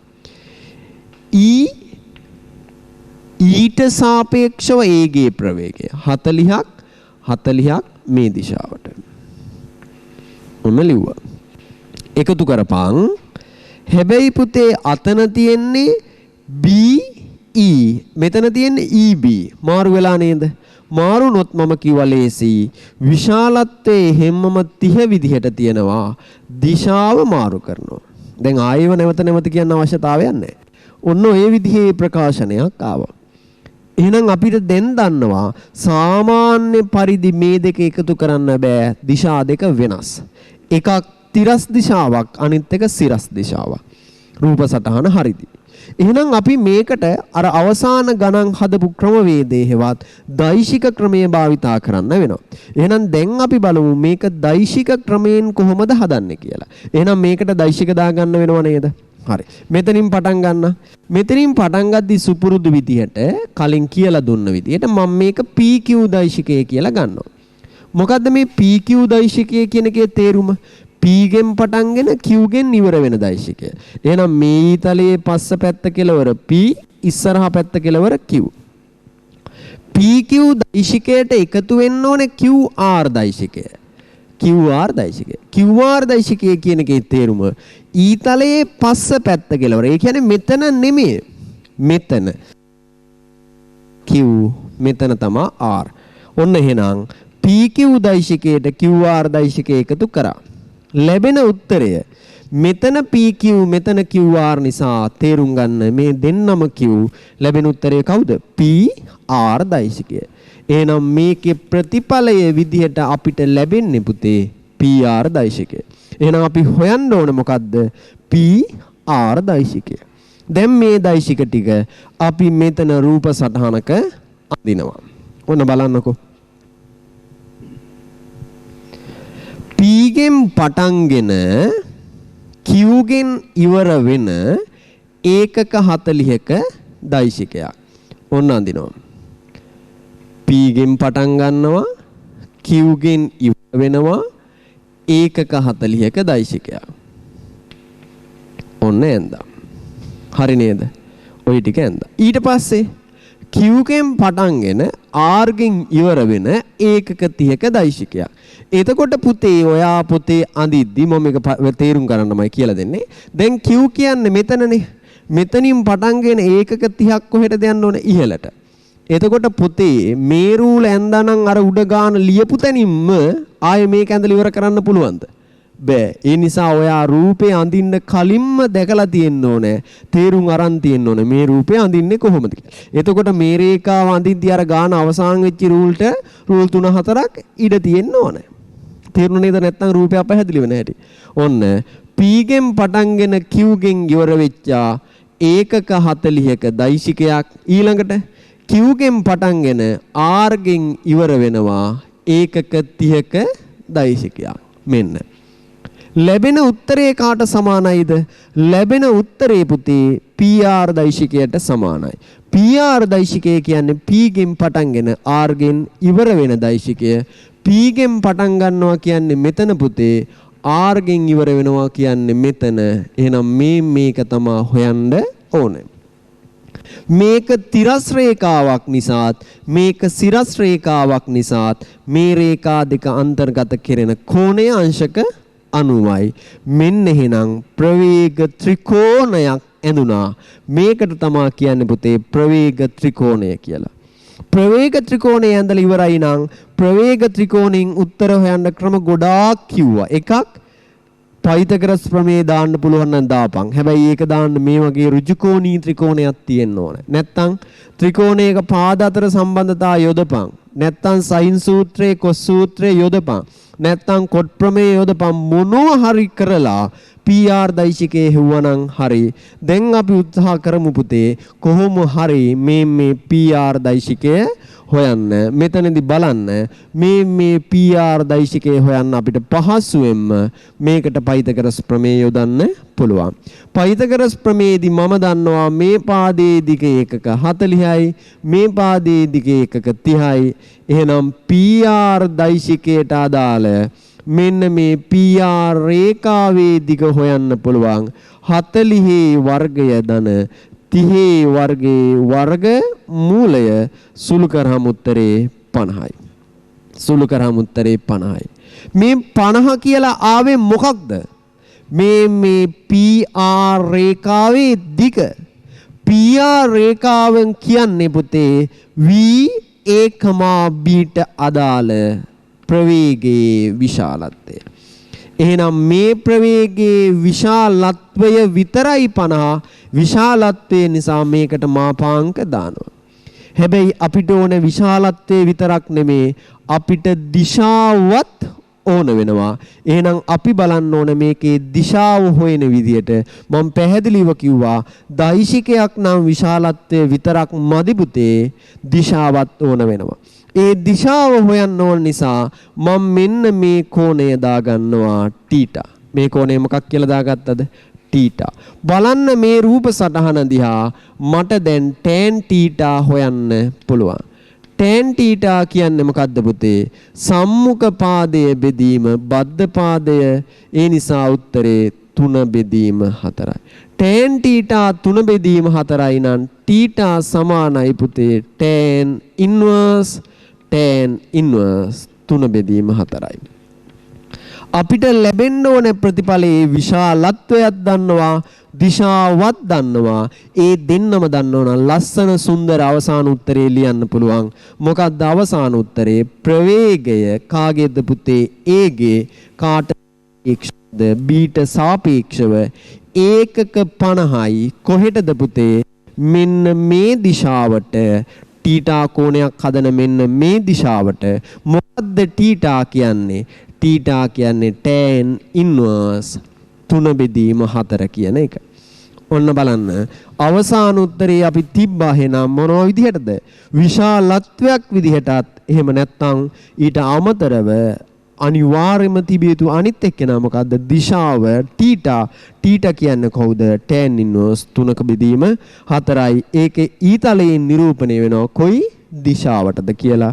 මේ විදියට හැදුවම පුතේ අපිට අංග සම්පූර්ණ පිළිතුරක් මෙතෙන්ට ගොනු කරගන්න පුළුවන් වෙනවා. හැබැයි මතක තියාගන්න පළවෙනියට PQ දැම්මා ඊළඟට QR දැම්මා අපිට උත්තරේ හොයාගන්න පුළුවන් වුණා.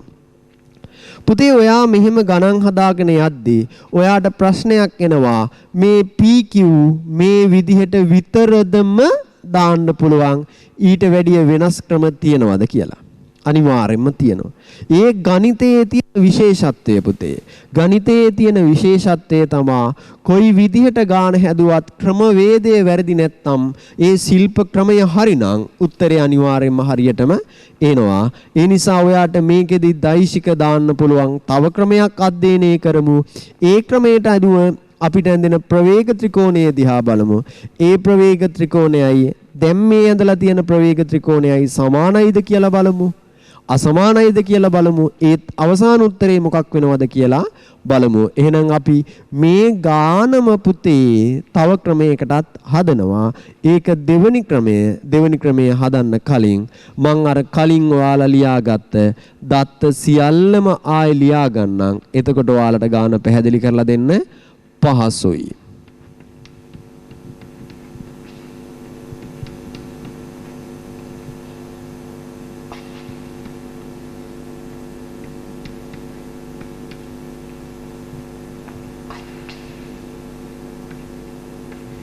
ඔන්න බලන්න පුතේ මම දත්ත ටික නැවත ලියා ගත්තා. මේක ඒකක 40ක් මේ දිශාවට මේක ඒකක 30ක් ඉහළ දිශාවට. දැන් සුපුරුදු විදිහටම දෛශික දාලා අපි මේ ගාන හදන්න බලමු. කලින් මම PQ කියලා පටන් ගත්ත නිසා දැන් පුතේ මම මෙතනින් පටන් ගන්නවා මේක දාගන්නම් XY දෛශිකය කියලා. මේක මොකක්ද එහෙනම් XY දෛශිකය. මේක XY දෛශිකය නම් පුතේ මේක YZ දෛශිකය වෙනවා. මේක මොකක් වෙනවද?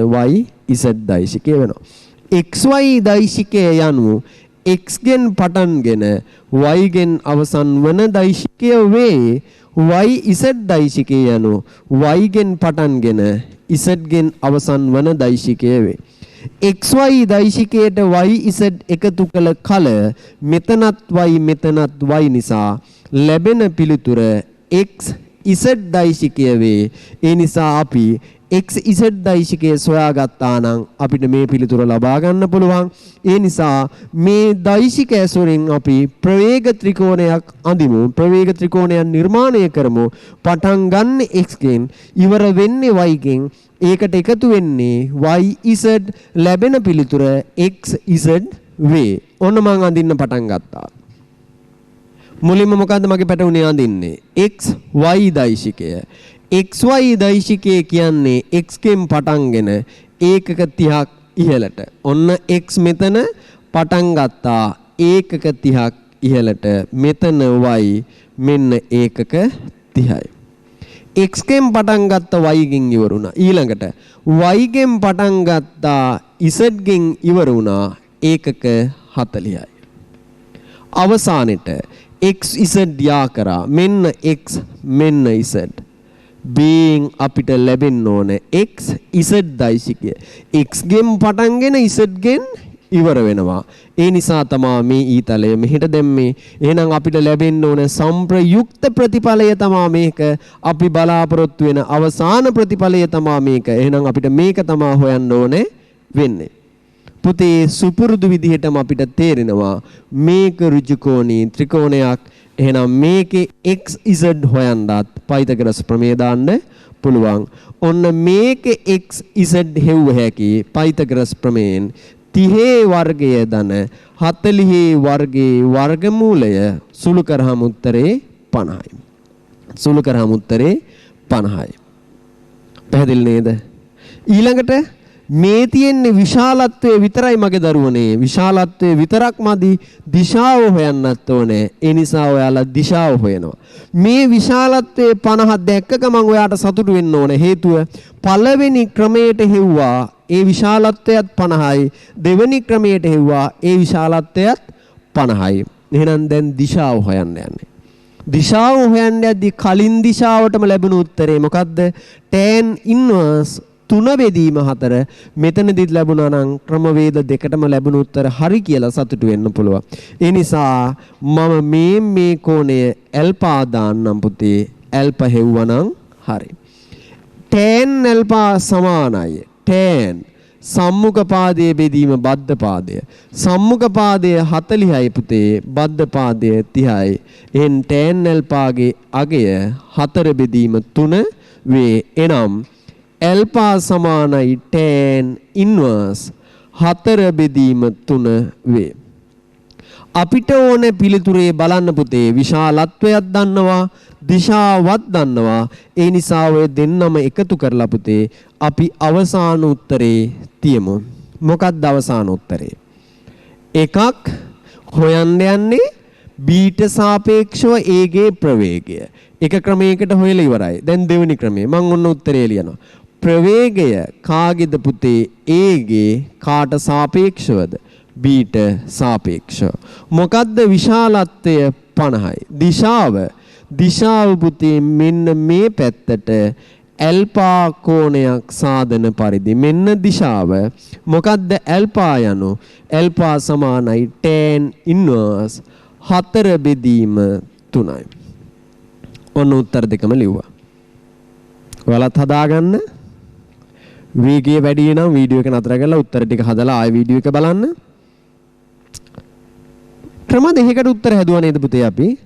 පළවෙනි ක්‍රමයටත් හෙව්වා බීට සාපේක්ෂව A ගේ ප්‍රවේගය. දෙවෙනි ක්‍රමයටත් හෙව්වා බීට සාපේක්ෂව A ගේ ප්‍රවේගය. පළවෙනි එකේ විශාලත්වය කීයද? 50යි. මේ දෙවෙනි විදිහේ විශාලත්වය කීයද? 50යි. අවුලක් තියනවද? අවුලක් නැහැ. උත්තරේ හරි. පළවෙනි එකේ කෝණය මොකක්ද? tan ඉන්වර්ස් 3 බෙදීම 4යි. මෙතනදිකම මොකද්ද කෝණය? tan ඉන්වර්ස් 4 බෙදීම 3යි. කලින් 3 බෙදීම 4යි. මෙතන 4 බෙදීම 3යි. විශාලත්වය සමාන වුණාට කෝණය දිශාව වෙනස්. උත්තරේ වැරදිද? හිතන්න බලන්න. උත්තරේ වැරදිද? අතන tan ඉන්වර්ස් 3 බෙදීම 4යි. මෙතන tan ඉන්වර්ස් 4 බෙදීම 3යි. වැරදිනේ. ඉතින් උත්තර දෙකක් නේ. දෙකක් එන්න බෑනේ. ගණිතය කියන්නේ නිවැරදි විෂයක් නේ. එතකොට කොහොමද අපිට උත්තර දෙකක් එන්නේ? දෙකක් එනවා නම් කොහේ හරි අවුලක් තියෙනවා. මොකක් හරි අරුබුදයක් තියෙනවා. මොකක්ද අරුබුදේ? හිතන්න මේක හරිද? උත්තර දෙකම හරිද? උත්තර දෙකම වැරදිද? ඔය මොකක් හරි එකක් නෙවෙන්න ඕන. දෙකම වෙන්න බෑනේ එකපාර. එක්කෝ දෙකම හරි එක්කෝ දෙකම වැරදි. එහෙමද? හරි. බලන්න. මෙතනදී ඇල්පා කියන්නේ පුතේ ඇල්පා කියන්නේ සම්ප්‍රයුක්ත ප්‍රවේගය. ඒ කියන්නේ අපි බලාපොරොත්තු වෙන අවසාන ප්‍රවේගය සිරස සමග සාදන කෝණය වේ. එහෙනම් අපේ ප්‍රතිඵලය සිරස සමග සාදන කෝණය තමයි ඇල්පා. ආන්ගේ ඇල්පා තමයි tan ඉන්වර්ස් 4 බෙදීම 3ට සමාන උනේ. පළවෙනි ක්‍රමයේදී එන්න. පළවෙනි ක්‍රමයේදී පුතා මේක තීටා තීටා කියන්නේ මොකද්ද? සම්ප්‍රයුක්ත ප්‍රතිඵලයේ ඒකක 50ක් වෙච්ච ප්‍රතිඵලය තිරසත් එක්ක හදන කෝණයයි තීටා. ආන්ගේ තිරසත් එක්ක හදන කෝණය තමයි පුතේ tan ඉන්වර්ස් 3 බෙදීම 4 උනේ. දැන් තේරෙනවද? පළවෙනි ක්‍රමයේදී තිරසත් එක්ක හදන කෝණය tan ඉන්වර්ස් 3 බෙදීම 4යි. දෙවෙනි ක්‍රමයේදී සිරසත් එක්ක හදන කෝණය සිරසත් එක්ක හදන කෝණය 4 බෙදීම tan ඉන්වර්ස් 4 බෙදීම 3යි. ඒ කියන්නේ උත්තර දෙකම හරි. හේතුව උත්තර දෙකේ තියෙන්නේ ක්‍රම දෙකක්, විධි දෙකක්. පළවෙනි උත්තරේ සම්ප්‍රයුක්තයේ තිරස සමග සාධන කෝණය, දෙවෙනි ක්‍රමයේදී සම්ප්‍රයුක්තයේ සිරස සමග සාධන කෝණය. ඒ නිසා ක්‍රම දෙකත් නිවැරදි, ප්‍රතිඵල දෙකත් නිවැරදි, කෝණ දෙකත් නිවැරදි, ගණිතයත් නිවැරදි, ඔයත් නිවැරදි පුතේ. ඒ නිසා කවදාවත් ඔයා හරියට ඉගෙන ගත්තොත්, පිළිවෙලට ඉගෙන ගත්තොත්, වරදින හැම තැනම දැන ඉගෙන ගත්තොත්, මට මෙතන වරදින්න තියෙනවා, මෙතන වරදින්න තියෙනවා කියලා දැන ඉගෙන ගත්තොත් වැරද්දක් වෙන්නේ නැහැ, වරදින්න අවස්ථාවකුත් නැහැ. එහෙනම් මේ ක්‍රම දෙකම හරි. මෙතනදී භාවිතා කරේ ප්‍රවේග ත්‍රිකෝණය, ප්‍රවේග දෛශික භාවිතා කරලා, ප්‍රවේග ත්‍රිකෝණය දෛශික භාවිතා කරලා ඉඳලා ඒක විසඳන්න භාවිතා කරේ පුතේ පයිතගොරස් ප්‍රමේය. කෝණය හොයන්න භාවිතා කරේ tan වල සාමාන්‍ය දැනුම. ඊළඟ උදාහරණයත් ඉවරයි. ඔන්න ඊළඟ ගානත් අපි අධ්‍යයනය කරන්න යන්නේ පොළවට සාපේක්ෂව A ගේ ප්‍රවේගය 25ක් මේ දිශාවට, පොළවට සාපේක්ෂව B ගේ ප්‍රවේගය 40ක්. ඒකක 40ක්. එයා පුතේ තිරසත් එක්ක අංශක 30ක් හදන මේ පැත්තට. තිරසත් එක්ක අංශක 30ක් හදන මේ පැත්තට. අපෙන් අහන්නේ බීට සාපේක්ෂව A ගේ ප්‍රවේගය. මොකක්ද අහන්නේ? බීට සාපේක්ෂව A ගේ ප්‍රවේගය. ඔන්න බලන්න දත්ත 6ක් තියෙන එකේ දත්ත 4ක් දැන් අපිට දීලා ඉවරයි. මෙතන දත්ත 2යි. දිශාවයි විශාලත්වයයි. මෙතන දත්ත 2යි. දිශාවයි විශාලත්වයයි. මෙතන දත්ත 2ක් හොයන්න ඕනේ. දිශාවයි විශාලත්වයයි. මොකක්ද යොදන්නේ? සාපේක්ෂ ප්‍රවේග මූල ධර්මය. දැන් කියන්න දෙයක් නැහැ. ඔයාලා ඒවා දන්නවා. ඔන්න එහෙනම් සාපේක්ෂ ප්‍රවේග මූල ධර්මය යොදනවා. මම ඒක ලියන්නේ නැහැ. හොයන්න ඕනේ ප්‍රවේගය A ගේ B ට සාපේක්ෂව සමානයි v අකුරු දෙක එකතුවක්. v අකුරු දෙක එකතුවක්. මෙතන A නිසා මෙතන A ඉවර වෙන්නේ B නිසා මෙතන B. පුතේ අපි දන්න ඊළඟ අකුර තමයි E. ඒ නිසා මෙතෙන්ටත් E මෙතෙන්ටත් E. ඔන්න හරි. දැන් දත්ත ටික ආදේශ කරමුකෝ. මේක දීලා තියෙනවා 25ක් මෙහෙට. ඔන්න ලිව්වා පුතේ. ඔයාලත් දැන් මේවා කරන්න හුරු වෙන්න. දැන් අපි මේ දේවල් අධ්‍යයනය කරලා තියෙන 25ක් මෙහෙට. ඊළඟට E, B නේ. E, B. ඒ නිසා ඔන්න බලන්න. පුතේ මේ දිශාවට අංශක 30යි. මෙන්න මේ දිශාව. හැබැයි E තලයේ තිබ්බේ උඩට අකුරු දෙක මාරු වෙන නිසා E තලයේ යටට. E තලයේ දිශාව මාරු කරා විශාලත්වය එලෙසමයි ඒකක 40යි. දැන් ඔය කරන දේවල් තේරෙනව නේද? ඇයි මොකද අපි කියලා දීලා ඉවරයි. දැන් ওই ටික හරි. දැන් දෛශික දෙකක් එකතු කරන්න නම් අපි අර විදිහට අකුරු දාගමු. PQ දාන QR. මම මේකෙන් පටන් ගන්න. මේක ලේසි කියලා හිතනවා. එහෙනම් PQ දෛශිකයට එකතු කරපම් QR දෛශිකය. PQ දෛශිකයට එකතු කරපම් QR දෛශිකය. මේක PQ. පටන් ගන්නෙ P කින් ඉවර වෙන්නේ Q කින්. PQ. පටන් ගන්නෙ Q කින් ඉවර වෙන්නේ R ගෙන්. ඔන්න දෛශිකයක් දැම්මා. හැම වෙලෙම ඊතලයේ පිටිපස්ස කෙළවරෙන් තමයි පටන් ගන්නෙ. PQ. ඊතලයේ පිටිපස්ස කෙළවරෙන් පටන් ගන්නෙ. PQR. PQ දෛශිකයට QR දෛශිකය එකතු කරාම ලැබෙන පිළිතුර PR දෛශිකය වේ. ලැබෙන පිළිතුර PR දෛශිකය වේ. දැන් සියල්ල නිරවුල් ප්‍රවේග ත්‍රිකෝණය අඳිමු. ප්‍රවේග ත්‍රිකෝණය අඳිමු. පටන් ගන්න මෙතනින්. එන්න මෙතෙන්ට. ඔන්න අඳිනවා පුතේ. P වලින් පටන් ගන්නවා ඒකක 25ක් මෙහෙට. මේ බලන්න. P වලින් පටන් ගන්නවා ඒකක 25ක් මෙහෙට. ඔන්න Q. ඊළඟට Q ගෙන් පටන් ගන්නවා ඒකක 40ක් මෙහෙට.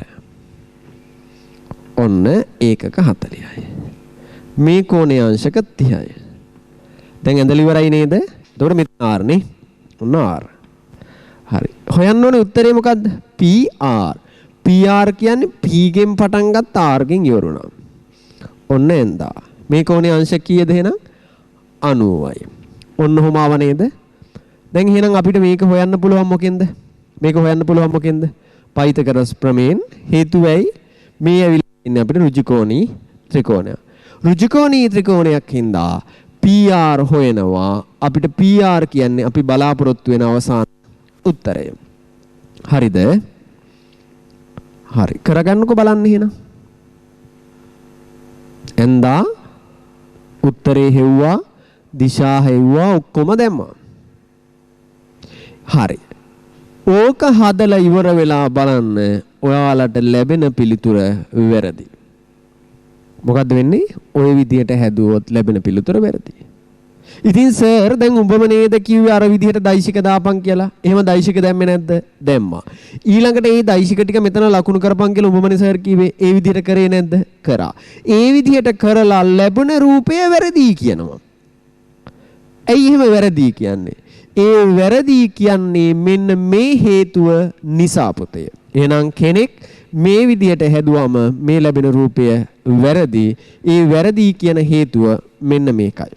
හරි. ඔයා මේ රූපේ දිහා බලලා කොස් 30ට උත්තරයක් ලියන්න බලන්න. කොස් 30 සමානයි නේද පුතේ මේ රූපේ දිහා බලම ලියන්නේ. බද්ධ පාදයේ බෙදීම කර්ණය. මේ කොස් 30ට අදාළ බද්ධ පාදයේ 25යි කර්ණය 40යි. එහෙනම් 25 බෙදීම 40. තේරුණාද නැද්ද? සුළු කරන්න පුළුවන් 5 බෙදීම 8යි. එහෙනම් කොස් අගය 5 බෙදීම 8යි නේද ආංග ඍජුකෝණී ත්‍රිකෝණයෙන්. හැබැයි අපි දන්නවා කොස් 30 කියන්නේ මූල 3 බෙදීම 2යි කියන එක. නමුත් මූල 3 බෙදීම 2 කියන එක 5 බෙදීම 8ට සමානයිද නැද්ද? සමාන නැහැ. ඒ නිසා ඔයාලා ඇඳලා තියෙන ආංග රූපය වැරදි. ඇයි ඒ රූපය හරි රූපයක් නම් පුතේ කොස් 30ට එන්න ඕනේ 5 බෙදීම 8 කියන උත්තරයක්ද? නෑ මූල 3 බෙදීම 2 කියන උත්තරයක් එන්න ඕනේ. එහෙම උත්තරයක් අර ඍජුකෝණී ත්‍රිකෝණේ එන්නේ නෑ. ඒ උත්තරයක් ඍජුකෝණී ත්‍රිකෝණේ එන්නේ නෑ කියන්නේ ඒ ඍජුකෝණී ත්‍රිකෝණේ වැරදි.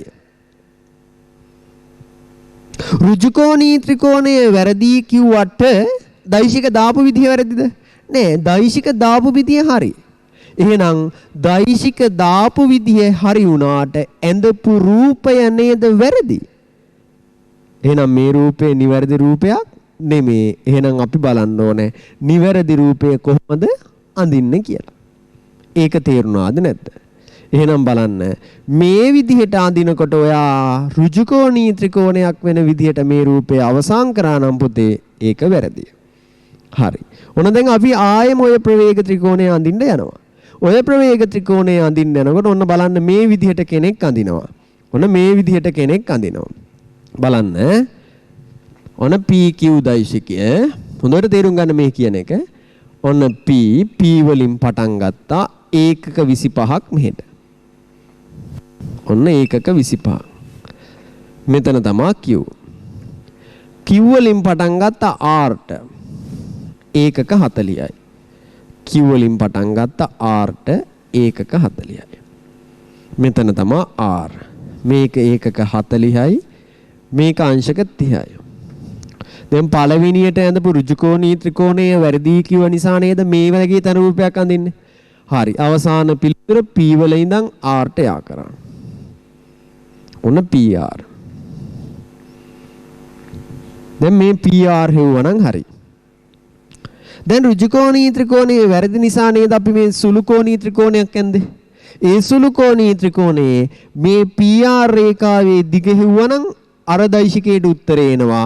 මෙන්න මේ කෝණය ඇල්ෆා හෙව්වා නම් ඒ රේඛාවට අදාළ සංප්‍රයුක්තයට අදාළ අපි බලාපොරොත්තු වෙන පිළිතුරට අදාළ දිශාව නිරූපණය කරන්නත් පුළුවන්. ඔන්න දෙවෙනි රූපය. දැන් කෙනෙක් මේ විදිහට උත්තර හදාගෙන යනකොට අපි බලමු මේ ඇඳපු රූපයත් හරිද කියලා. දැන් අඳින්න බලන්න යන්නේ කෙනෙක් මේ ඇඳපු ප්‍රවේග ත්‍රිකෝණයත් හරිද කියලා.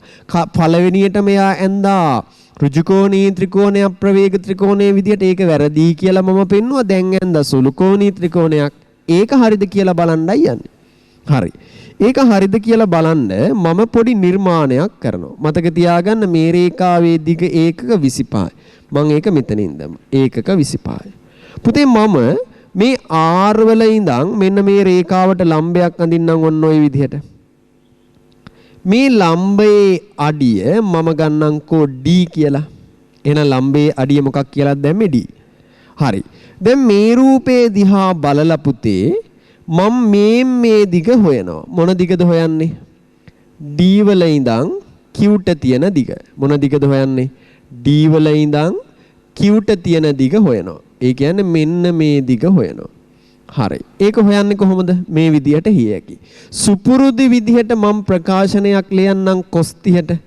කොස් 30 සමානයි. කොස් 30 කියන්නේ මොකද්ද පුතේ? බද්ධ පාදය QD. DQ බෙදන්න ඕනේ කර්ණය QR. QR කියන්නේ ඒකක 40යි. හැබැයි මන් දන්නවා පුතේ කොස් 30 අගය මූල 3 බෙදීම 2ට සමානයි. මූල 3 බෙදීම 2ට සමානයි. මේක සුළු කරාම D වල ඉඳන් Q ට තියෙන දිග සමානයි 40 වතාවක් මූල 3 බෙදීම 2යි. ඒ කියන්නේ 20යි මූල 3යි. 20යි මූල 3යි. හරි නේද? එහෙනම් ඔන්න cos 30ට ප්‍රකාශනයක් ලියලා ත්‍රිකෝණයේ පාද අතර අනුපාතයෙන් අපි හොයාගත්ත මොන උත්තරයක්ද? D වල ඉඳන් Qට තියෙන දිග 20යි මූල 3ට සමානයි කියලා. ඒක මෙතන ලියන්නම් මම.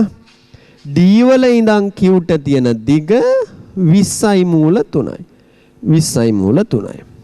හරි නේද පුතේ? ඔන්න ආයේ මේ රූපෙට ආවා.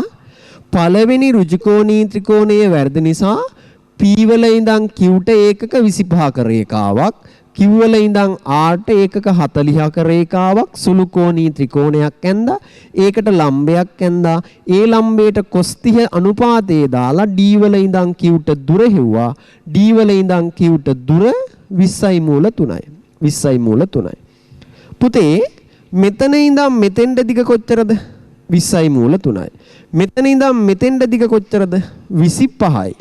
මට කියන්න මෙතන ඉඳන් මෙතෙන්ට තියෙන 25 කියන දුරද වැඩි මෙතන ඉඳන් මෙතෙන්ට තියෙන 20යි මූල 3ද විශාල? රූපේ හැටියට අපිට පේන්නේ 20යි මූල 3ට වඩා 25 වැඩි වගේ. හැබැයි ඇත්තම සිද්ධිය තමයි 25ට වඩා 20යි මූල 3 විශාලකයක්.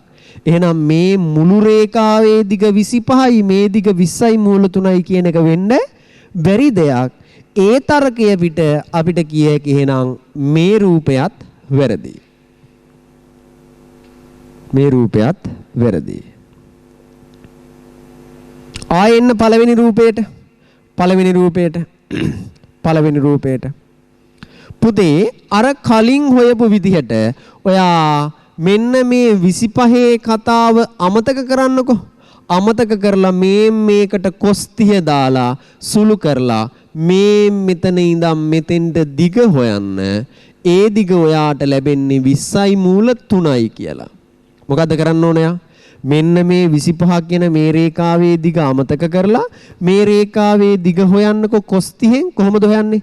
40යි cos 30 සමානයි මේ රේඛාවේ දිගට. මේ රේඛාවේ දිගට කවුද සමාන? 40යි cos 30. මං කියලා දෙන්නම් ඇයි ආවේ කියලා. එහෙනම් 40යි cos 30 සුළු කරාම 20යි මූල 3යි. එහෙනම් 20යි මූල 3 ඇත්තටම මේ රූපේ හැටියට කාටද සමාන වෙලා තියෙන්නේ? 25ට. නමුත් කවදාවත් 25 කියන අගයේ 20යි මූල 3ට සමානද? සමාන නෑ. ඒ නිසා මේ රූපේ වැරදුනා. ඒක වෙන විදිහකටත් මං ඉස්සරලා පැහැදිලි කරා.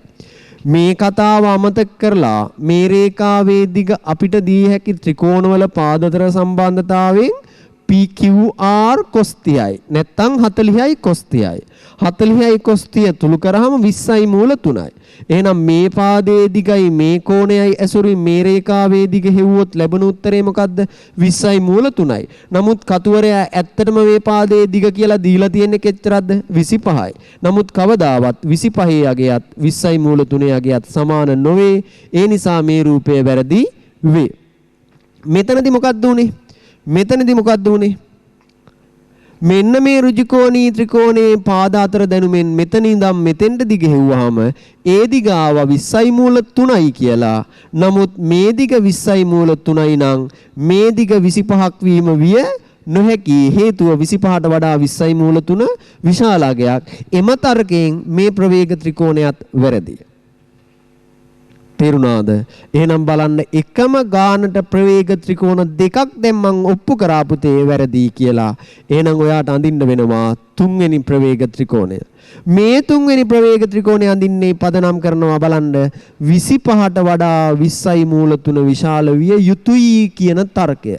ඔන්න එහෙනම් කෙනෙක්ට අඳින්න පුළුවන් තුන්වෙනි රූපය. මේ බලන්න. P වල ඉඳන් Qට ඇන්දොත් 25යි. ඔන්න පුතේ Qට ඇන්දා. ඊළඟට Q වල ඉඳන් Rට පළවෙනියටම රූපේ පුතා ඔයා මෙහෙම ඇන්දා. ඒ රූපේ වැරදි කිව්ව ඍජුකෝණී ත්‍රිකෝණයක්. දෙවෙනි රූපේ ඔයා මෙතනින් මේ රේඛාව නතර කරලා මෙහෙම ඇන්දා. ඒක වැරදි කිව්වා 25ට වඩා 20යි මූල 3 විශාල නිසා. දැන් එහෙනම් අපිට අඳින්න ඉතුරු වෙලා තියෙන තුන්වෙනි රූපය තමයි මෙන්න මේක. සුළු කෝණිත් නැති ඍජු කෝණිත් නැති පුතේ මහා කෝණී ත්‍රිකෝණයක් අඳිනවා. B මෙතන මම ගන්නවා R කියලා. එතකොට මේ සමස්ත රේඛාවේ දිගම තමා 40. ඊළඟට මම P වල ඉඳන් R ට යා කළොත් මෙන්න PR රේඛාව මෙන්න මේ රේඛාවේ දිග හොයන්නයි ඕනේ. මේක පුතේ සුළුකෝණී ත්‍රිකෝණයක් නොවේ. ඒ නිසා දෙවෙනි රූපයේ වැරද්ද හරියනවා. ඍජුකෝණී ත්‍රිකෝණයක් නොවේ. ඒ නිසා පළවෙනි රූපයේ වැරද්දත් හරියනවා. දැන් අපි මේ මහා කෝණී ත්‍රිකෝණය භාවිතා කරලා උත්තර හොයන්න උත්සාහ දරමු. හරි. දැන් මේකට උත්තර හොයන්න ඕනේ. මේකට උත්තර හොයද්දි පුතේ මම පොඩි වැඩක් කරනවා. මේ බලන්න. දැන් හොයන්න ඕනේ PR හොයන්න කලින් අපි මේක හරිද වැරදිද කියලා බලලා ඉන්න ඕන නේද? ඊට පස්සේ අපි ගාන හදන විදිහ අධ්‍යයනය කරමුකෝ. මම මේ රේඛාව දික් කරන්න. ඔන්න මේ රේඛාව දික් කරා. මේ රේඛාව දික් කරලා පුතේ මෙතන ඉඳන් මේ කඩිරට ලම්බයක් අඳින්නම් මේ පරිද්දෙන්. ඔන්න ලම්බයක් ඇඳ. මේක ලම්බයක්. මෙතෙන්ට දාන්නම් S කියලා. හරි. දැන් මේ මෙතන තියනවා නේද පුතේ ඍජුකෝණී ත්‍රිකෝණයක්. මේ කෝණයේ අංශක 30යි. හරි. එන්නකො මේ පැත්තට. ඔන්න බලන්න මම ඒක පැහැදිලිව මෙතන අඳිනවා. මෙතන S, මෙතන P, මෙතන Q, මෙතන R. මේක අංශක 90යි. මේ කෝණයේ අංශක 30යි. මේ පාදයේ දිග 40යි. එහෙනම් ඔයාලට මේ ඍජුකෝණී ත්‍රිකෝණයේ භාවිතයෙන් මෙන්න මේ පාදයේ දිග හොයන්න බැරිද? පුළුවන්. කොහොමද හොයන්නේ? කර්ණය දන්නවනම් බද්ධ පාදය. කර්ණය දන්නවනම් බද්ධ පාදය. කොහොමද ලියන්නේ? 40යි cos 30යි. මේ පාදයේ දිග 40යි cos 30යි. සුළු කරාම උත්තරේ කීයද? 40 වතාවක් මූල 3 බෙදීම 2යි. ඒ කියන්නේ 20යි මූල 3යි. මේ මනෝමය ක්‍රමයේ තේරුම් නැති කෙනෙක් මේක හොයන්නේ කොහොමද? cos 30 සමානයි බද්ධ පාදයේ කියන SQ බෙදන්න ඕනේ කර්ණයේ කියන 40න්. මේක සුළු කරාම SQ වලාගේ 40යි cos 30යි. cos 30 කියන්නේ මූල 3 බෙදීම 2යි. ඒ කියන්නේ 20යි මූල 3යි. ඔහොම ලියන්නත් පුළුවන්. cos 30 සුළු කරලා මෙහෙම ගන්නත් පුළුවන් මනෝමයෙන් බද්ධ පාදයේ යගේ සමානයි කර්ණය වතාවක් cos 30යි. එහෙනම් 20යි මූල 3යි. මේ 20යි මූල 3 කියන්නේ S වල ඉඳන් Q ට තියෙන දිග. එනම් මව් රූපෙට එනවා. මෙතන ඉඳන් S වල ඉඳන් Q ට තියෙන දිග 40යි 20යි මූල 3යි. බලන්න පුතේ 25 කියන දිග කියන්නේ මෙතන ඉඳන් මෙතෙන්ට දිග.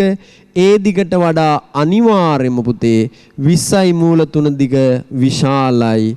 ඒ තර්කය පිට මෙන්න මේ රූපය හරි. ඇයි 25ට වඩා 20යි මූල 3 විශාලයි. පළවෙනි රූපේ වැරදුනේ 25යි 20යි මූල 3 සමානයි විදිහට ආව නිසා. දෙවෙනි රූපේ වැරදුනේ 25යි මූල 3ට වඩා 20යි මූල 3ට වඩා 25 විශාලයි කියලා ආපු නිසා. තුන්වෙනි රූපේ හරි වුණේ මෙන්න මේ ඇත්ත තරකය ආවා 25ට වඩා 20යි මූල 3 විශාලයි කියන එක. එහෙනම් මේ ගානට අඳින්න පුළුවන් ප්‍රවේග ත්‍රිකෝණ 3ක් තිබුණා. හැබැයි පුතේ ඒ ප්‍රවේග ත්‍රිකෝණ 3න් දෙකක් වැරදියටම වැරදි. එකක් විතරක් හරි. ආන්ගේ හරි එක භාවිතා කරලා අපි මේ රේඛාවේ දිගත් එයාට අදාළ කෝණයත් හොයවනම් ගානේ උත්තරේ ගන්න පුළුවන්. හැබැයි මට මෙතනදී වඩාත් අත්‍යවශ්‍ය වුණේ පුතේ හැමෝම ඔයාලට කියලා දෙන්නේ නැති නිරවුල් ඔයාලට තේරුම් ගන්න බැරි මෙන්න මේ ප්‍රවේග ත්‍රිකෝණ තුනේ වෙනස. මේ ප්‍රවේග ත්‍රිකෝණ තුනේ වෙනසෙන් ඔයාලා හරි ප්‍රවේග ත්‍රිකෝණය මොකක්ද කියලා ඒත්තු ගන්නන්න තමයි මම ඔට්ටු උනේ. බලන්න කෙනෙක්ට මේ ගාන හදද්දි වරදින්න පුළුවන් අවස්ථා සියල්ලම මම කියලා දුන්නා පුතේ. මේ ගාන ආසාවෙන් පිළිවෙලට හරියට තේරුම් ගත්ත කෙනෙක්ට ආයේ ප්‍රවේග ත්‍රිකෝණ අඳිද්දි වරදින්නේ නැහැ. හේතුව එයා දන්නවා අඳිනවා නම් එක්ක ඍජුකෝණී සුළුකෝණී මහා කෝණී ඔය මොකක් ඇන්දත් හැම එකම හරිනේ. හරියන්නේ එකයි වැරද්ද හොයන්නත් එයාට දැන් හැකියාව තියෙනවා. ඒ නිසයි මේ ගාන අපි කියලා දුන්නේ. දැන් අධ්‍යයනය කරමු පුතේ අපි මේ රූපයට උත්තර හොයන්නේ කොහොමද කියලා. දැන් බලන්න පුතේ මම ඔන්න රූපේ ඇඳලා තියෙනවා. අපි බලමු මේ රූපෙන් PR ට උත්තර හොයන්නේ කොහොමද කියලා. PR ට උත්තර හොයන විදිය. හරි. පුතේ මම ඔන්න මෙන්න මේ පොඩි ඍජුකෝණී ත්‍රිකෝණය සලකන්නම් මෙන්න මෙයා. මෙයා සලකපුවාම ඔයාලා තේරුම් ගන්න එයා දිහා බලලා cos θ ලියන්නේ කොහොමද?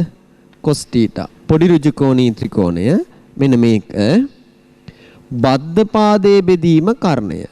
බද්ධ පාදයේ මොකද්ද? SP. කර්ණය මොකද්ද? PR. එහෙනම් ඒකෙන් එනවා PR cos θ සමානයි PR cos θ සමානයි SP.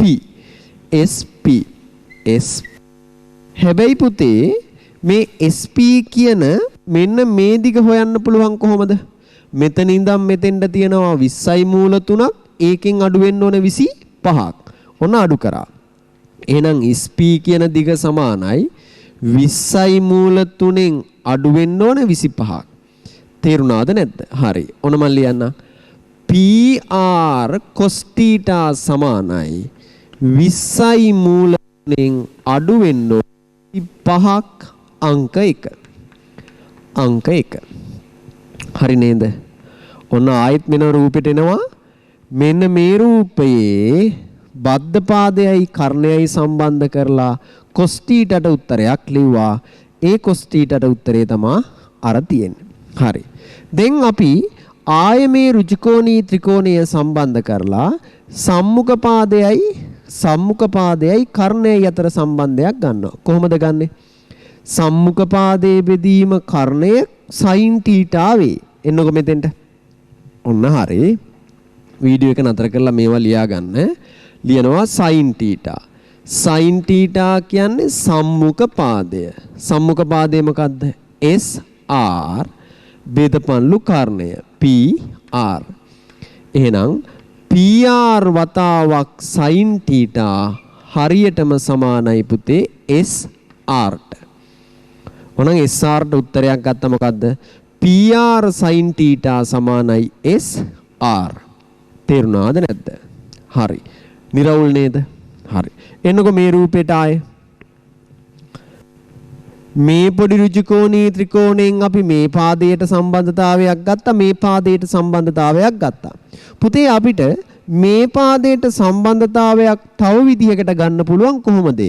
මේ රේඛාව අමතක කරලා මෙන්න මේ ලොකු ඍජුකෝණී ත්‍රිකෝණය ගන්න. මේ ලොකු ර්ජුකෝණී ත්‍රිකෝණේ ඒත් සම්මුඛ පාදයේ නේද මේක? හරි. එහෙනම් මේ රේඛාව අමතක කරලා මේ ලොකු ර්ජුකෝණී ත්‍රිකෝණේ sin 30ට මං උත්තරයක් ලියනවා. sin 30ට. sin 30 කියන්නේ සම්මුඛ පාදය SR බෙදන්න ඕනේ කර්ණයෙන්. මේ රූපේ හැටියට කර්ණය කියන්නේ 40යි. එහෙනම් පුතේ SR කියන්නේ මොකද්ද? 40යි sin 30. sin 30 අගය භාගයයි. සුළු කරාම 20යි. සුළු කරාම 20යි. එහෙනම් මේ ලොකු ඍජුකෝණී ත්‍රිකෝණයේ හැටියට SR කියන රේඛාවේ දිග අපිට ආව උත්තරේ කීයයි කියලාද? 40 වැඩි කිරීම භාගයක් ඒ කියන්නේ 20යි. හරි නේද? මේ පොඩි ඍජුකෝණී ත්‍රිකෝණේනුත් SR හොයන්න පුළුවන්.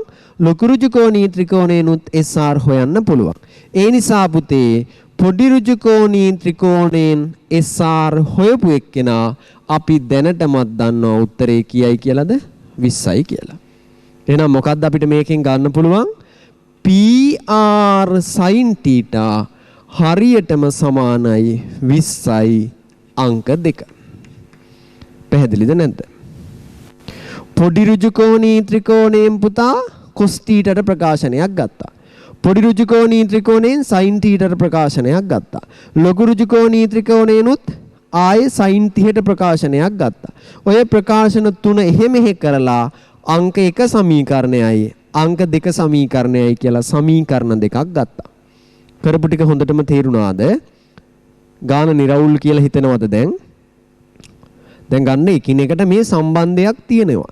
මෙතනදී අපි කලේ අර තනි රූප සටහන තුළ ඍජුකෝණී ත්‍රිකෝණ දෙකක් හඳුනා ගත්තා. ඒ ඍජුකෝණී ත්‍රිකෝණ දෙක අතර විවිධ වූ සම්බන්ධතා ගත්තා. හරි නේද? උන ආයෙත් කෙටියෙන් පැහැදිලි කරනවා මේ රූප සටහන භාවිතා කරලා. ඔන්න බලන්න. මේ රේඛාව අමතක කරන්න. අමතක කරොත් මෙතන ඉඳන් මෙතෙන්ට තියෙන්නේ බද්ධ පාදය. උත්තරේ කොහොමද ලියන්නේ? 40යි cos 30යි. සුළු කරාම උත්තරේ කීයද? 20යි මූල 3යි. පොඩි රේඛාව අමතක කරලා කර්ණය දන්නවා. සම්මුඛ පාදයේ ලියන්නේ කොහොමද? 40යි sin 30යි. 40යි sin 30යි. සුළු කරාම උත්තරේ කීයද? 20යි. එහෙනම් මෙතන ඉඳන් මෙතෙන්ට තියෙන රේඛාවේ දිග 20යි මූල 3යි. මේ රේඛාවේ දිග 20යි. මේ ටික 20යි මූල 3යි. මේ ටික 25යි නම් මේ ටික කාට සමානයිද? 20යි මූල 3 ඍණ 25ට. ඒක ලී හැකි තව විදියක් මේ ඍජුකෝණී ත්‍රිකෝණයෙන්. කොහොමද? PR cos θ සමානයි 20යි මූල 3 ඍණ 25. මේ රේඛාව සම්බන්ධ කරලා මේක ලියන්නේ කොහොමද? PR sin θ සමානයි 20යි. PR cos θ සමානයි 20යි මූල 3 ඍණ 25යි. PR sin θ සමානයි 20යි. සමීකරණ කීයද? 2යි. දැන් අපි ඔය සමීකරණ දෙක විසඳමු. මොකද්ද පළවෙනි සමීකරණය? PR cos θ සමානයි පුතේ 20යි මූල 3න් අඩු වෙන්න ඕනේ 25ක් අංක 1. මොකද්ද දෙවෙනි සමීකරණය?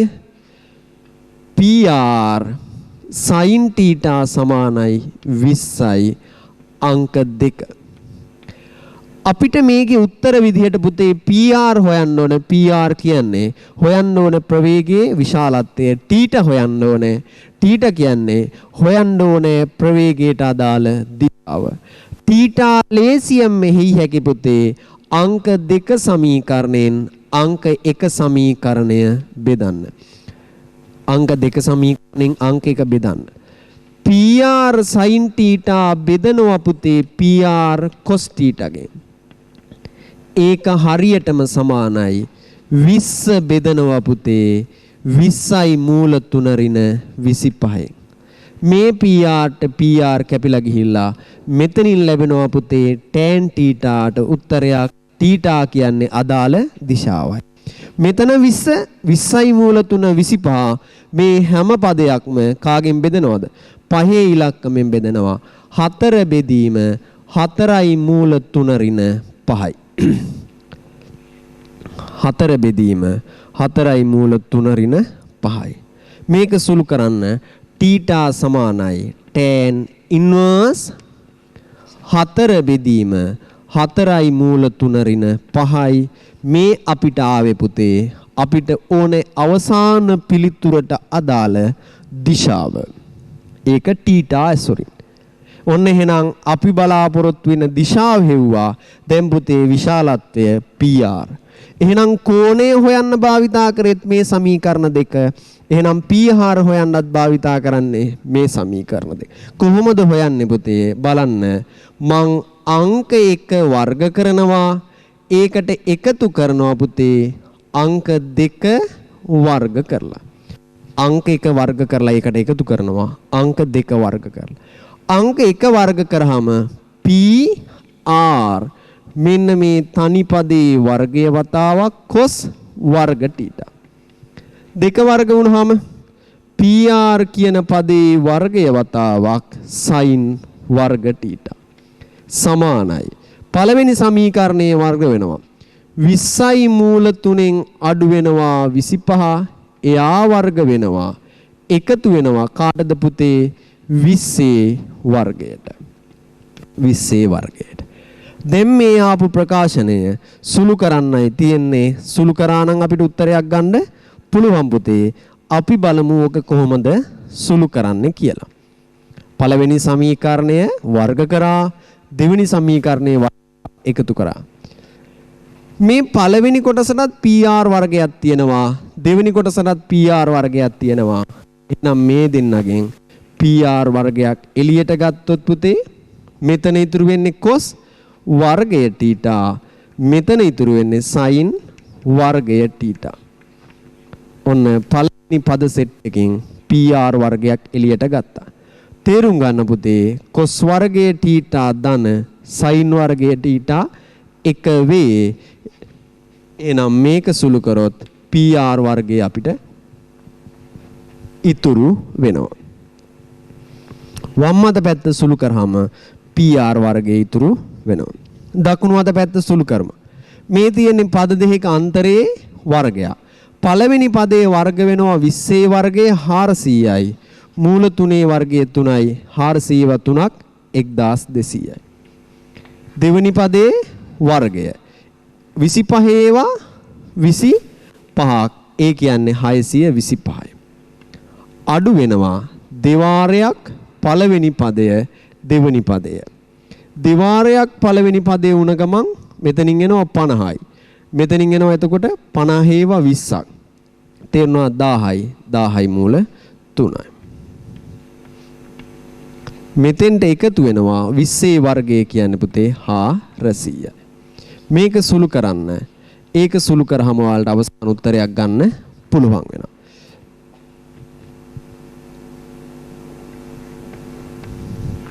බලන්න. තේරුම් ගන්න මේ විදිහට ගණන් හදලා අපිට දිශාව හොයන්න පුළුවන් PR කියන රේඛාවේ විශාලත්වය හොයන්නත් පුළුවන්. එතකොට පුතේ අපිට කිසිම වෙලාවක ගණන් වරදින්නෙත් නැහැ. ගණන් හැදීමේ හැකියාවත් අපිට හැම වෙලෙම ඉතුරු වෙනවා. ඒකෙන් අපිට උත්තර හොයාගන්න හැකියාව ලැබෙනවා. මේ ටික සුළු කරගෙන ගිහිල්ලා මෙතෙන්ට දැම්මා. ඒකෙන් ලැබෙනවා පුතේ PR ගේ වර්ග මූලය. මේක සුළු කරාම අපිට ලස්සන උත්තරයක් ලැබෙන්නේ නැහැ. හේතුව මෙතනක් තියෙනවා මූල 3ක්. ඒක සුළු කරන්න බෑ. ඊට පස්සේ මේ ටික එකතු වෙලා අඩු වුණාම එතනින් ලැබෙන්නේත් වෙන පිළිතුරක්. ඒ නිසා අපිට සුන්දර උත්තරයක් මෙතනින් ලැබෙන්නේ නැහැ. නමුත් ඒක අපිට ප්‍රශ්නයක් නෑ පුතේ. අපිට මොකක් හෝ පිළිතුරක් ලැබුණා නම් ඒක හොඳටම ප්‍රමාණවත්. මෙතනින් එනවා 400යි 2225න් අඩු වෙන්න ඕනේ 10යි මූල 3ක්. පැහැදිලිද? එහෙනම් අපි බලාපොරොත්තු වෙන කෙනාගේ පුතේ විශාලත්වයත් හෙව්වා. අපි බලාපොරොත්තු වෙන කෙනාගේ දිශාවත් හෙව්වා.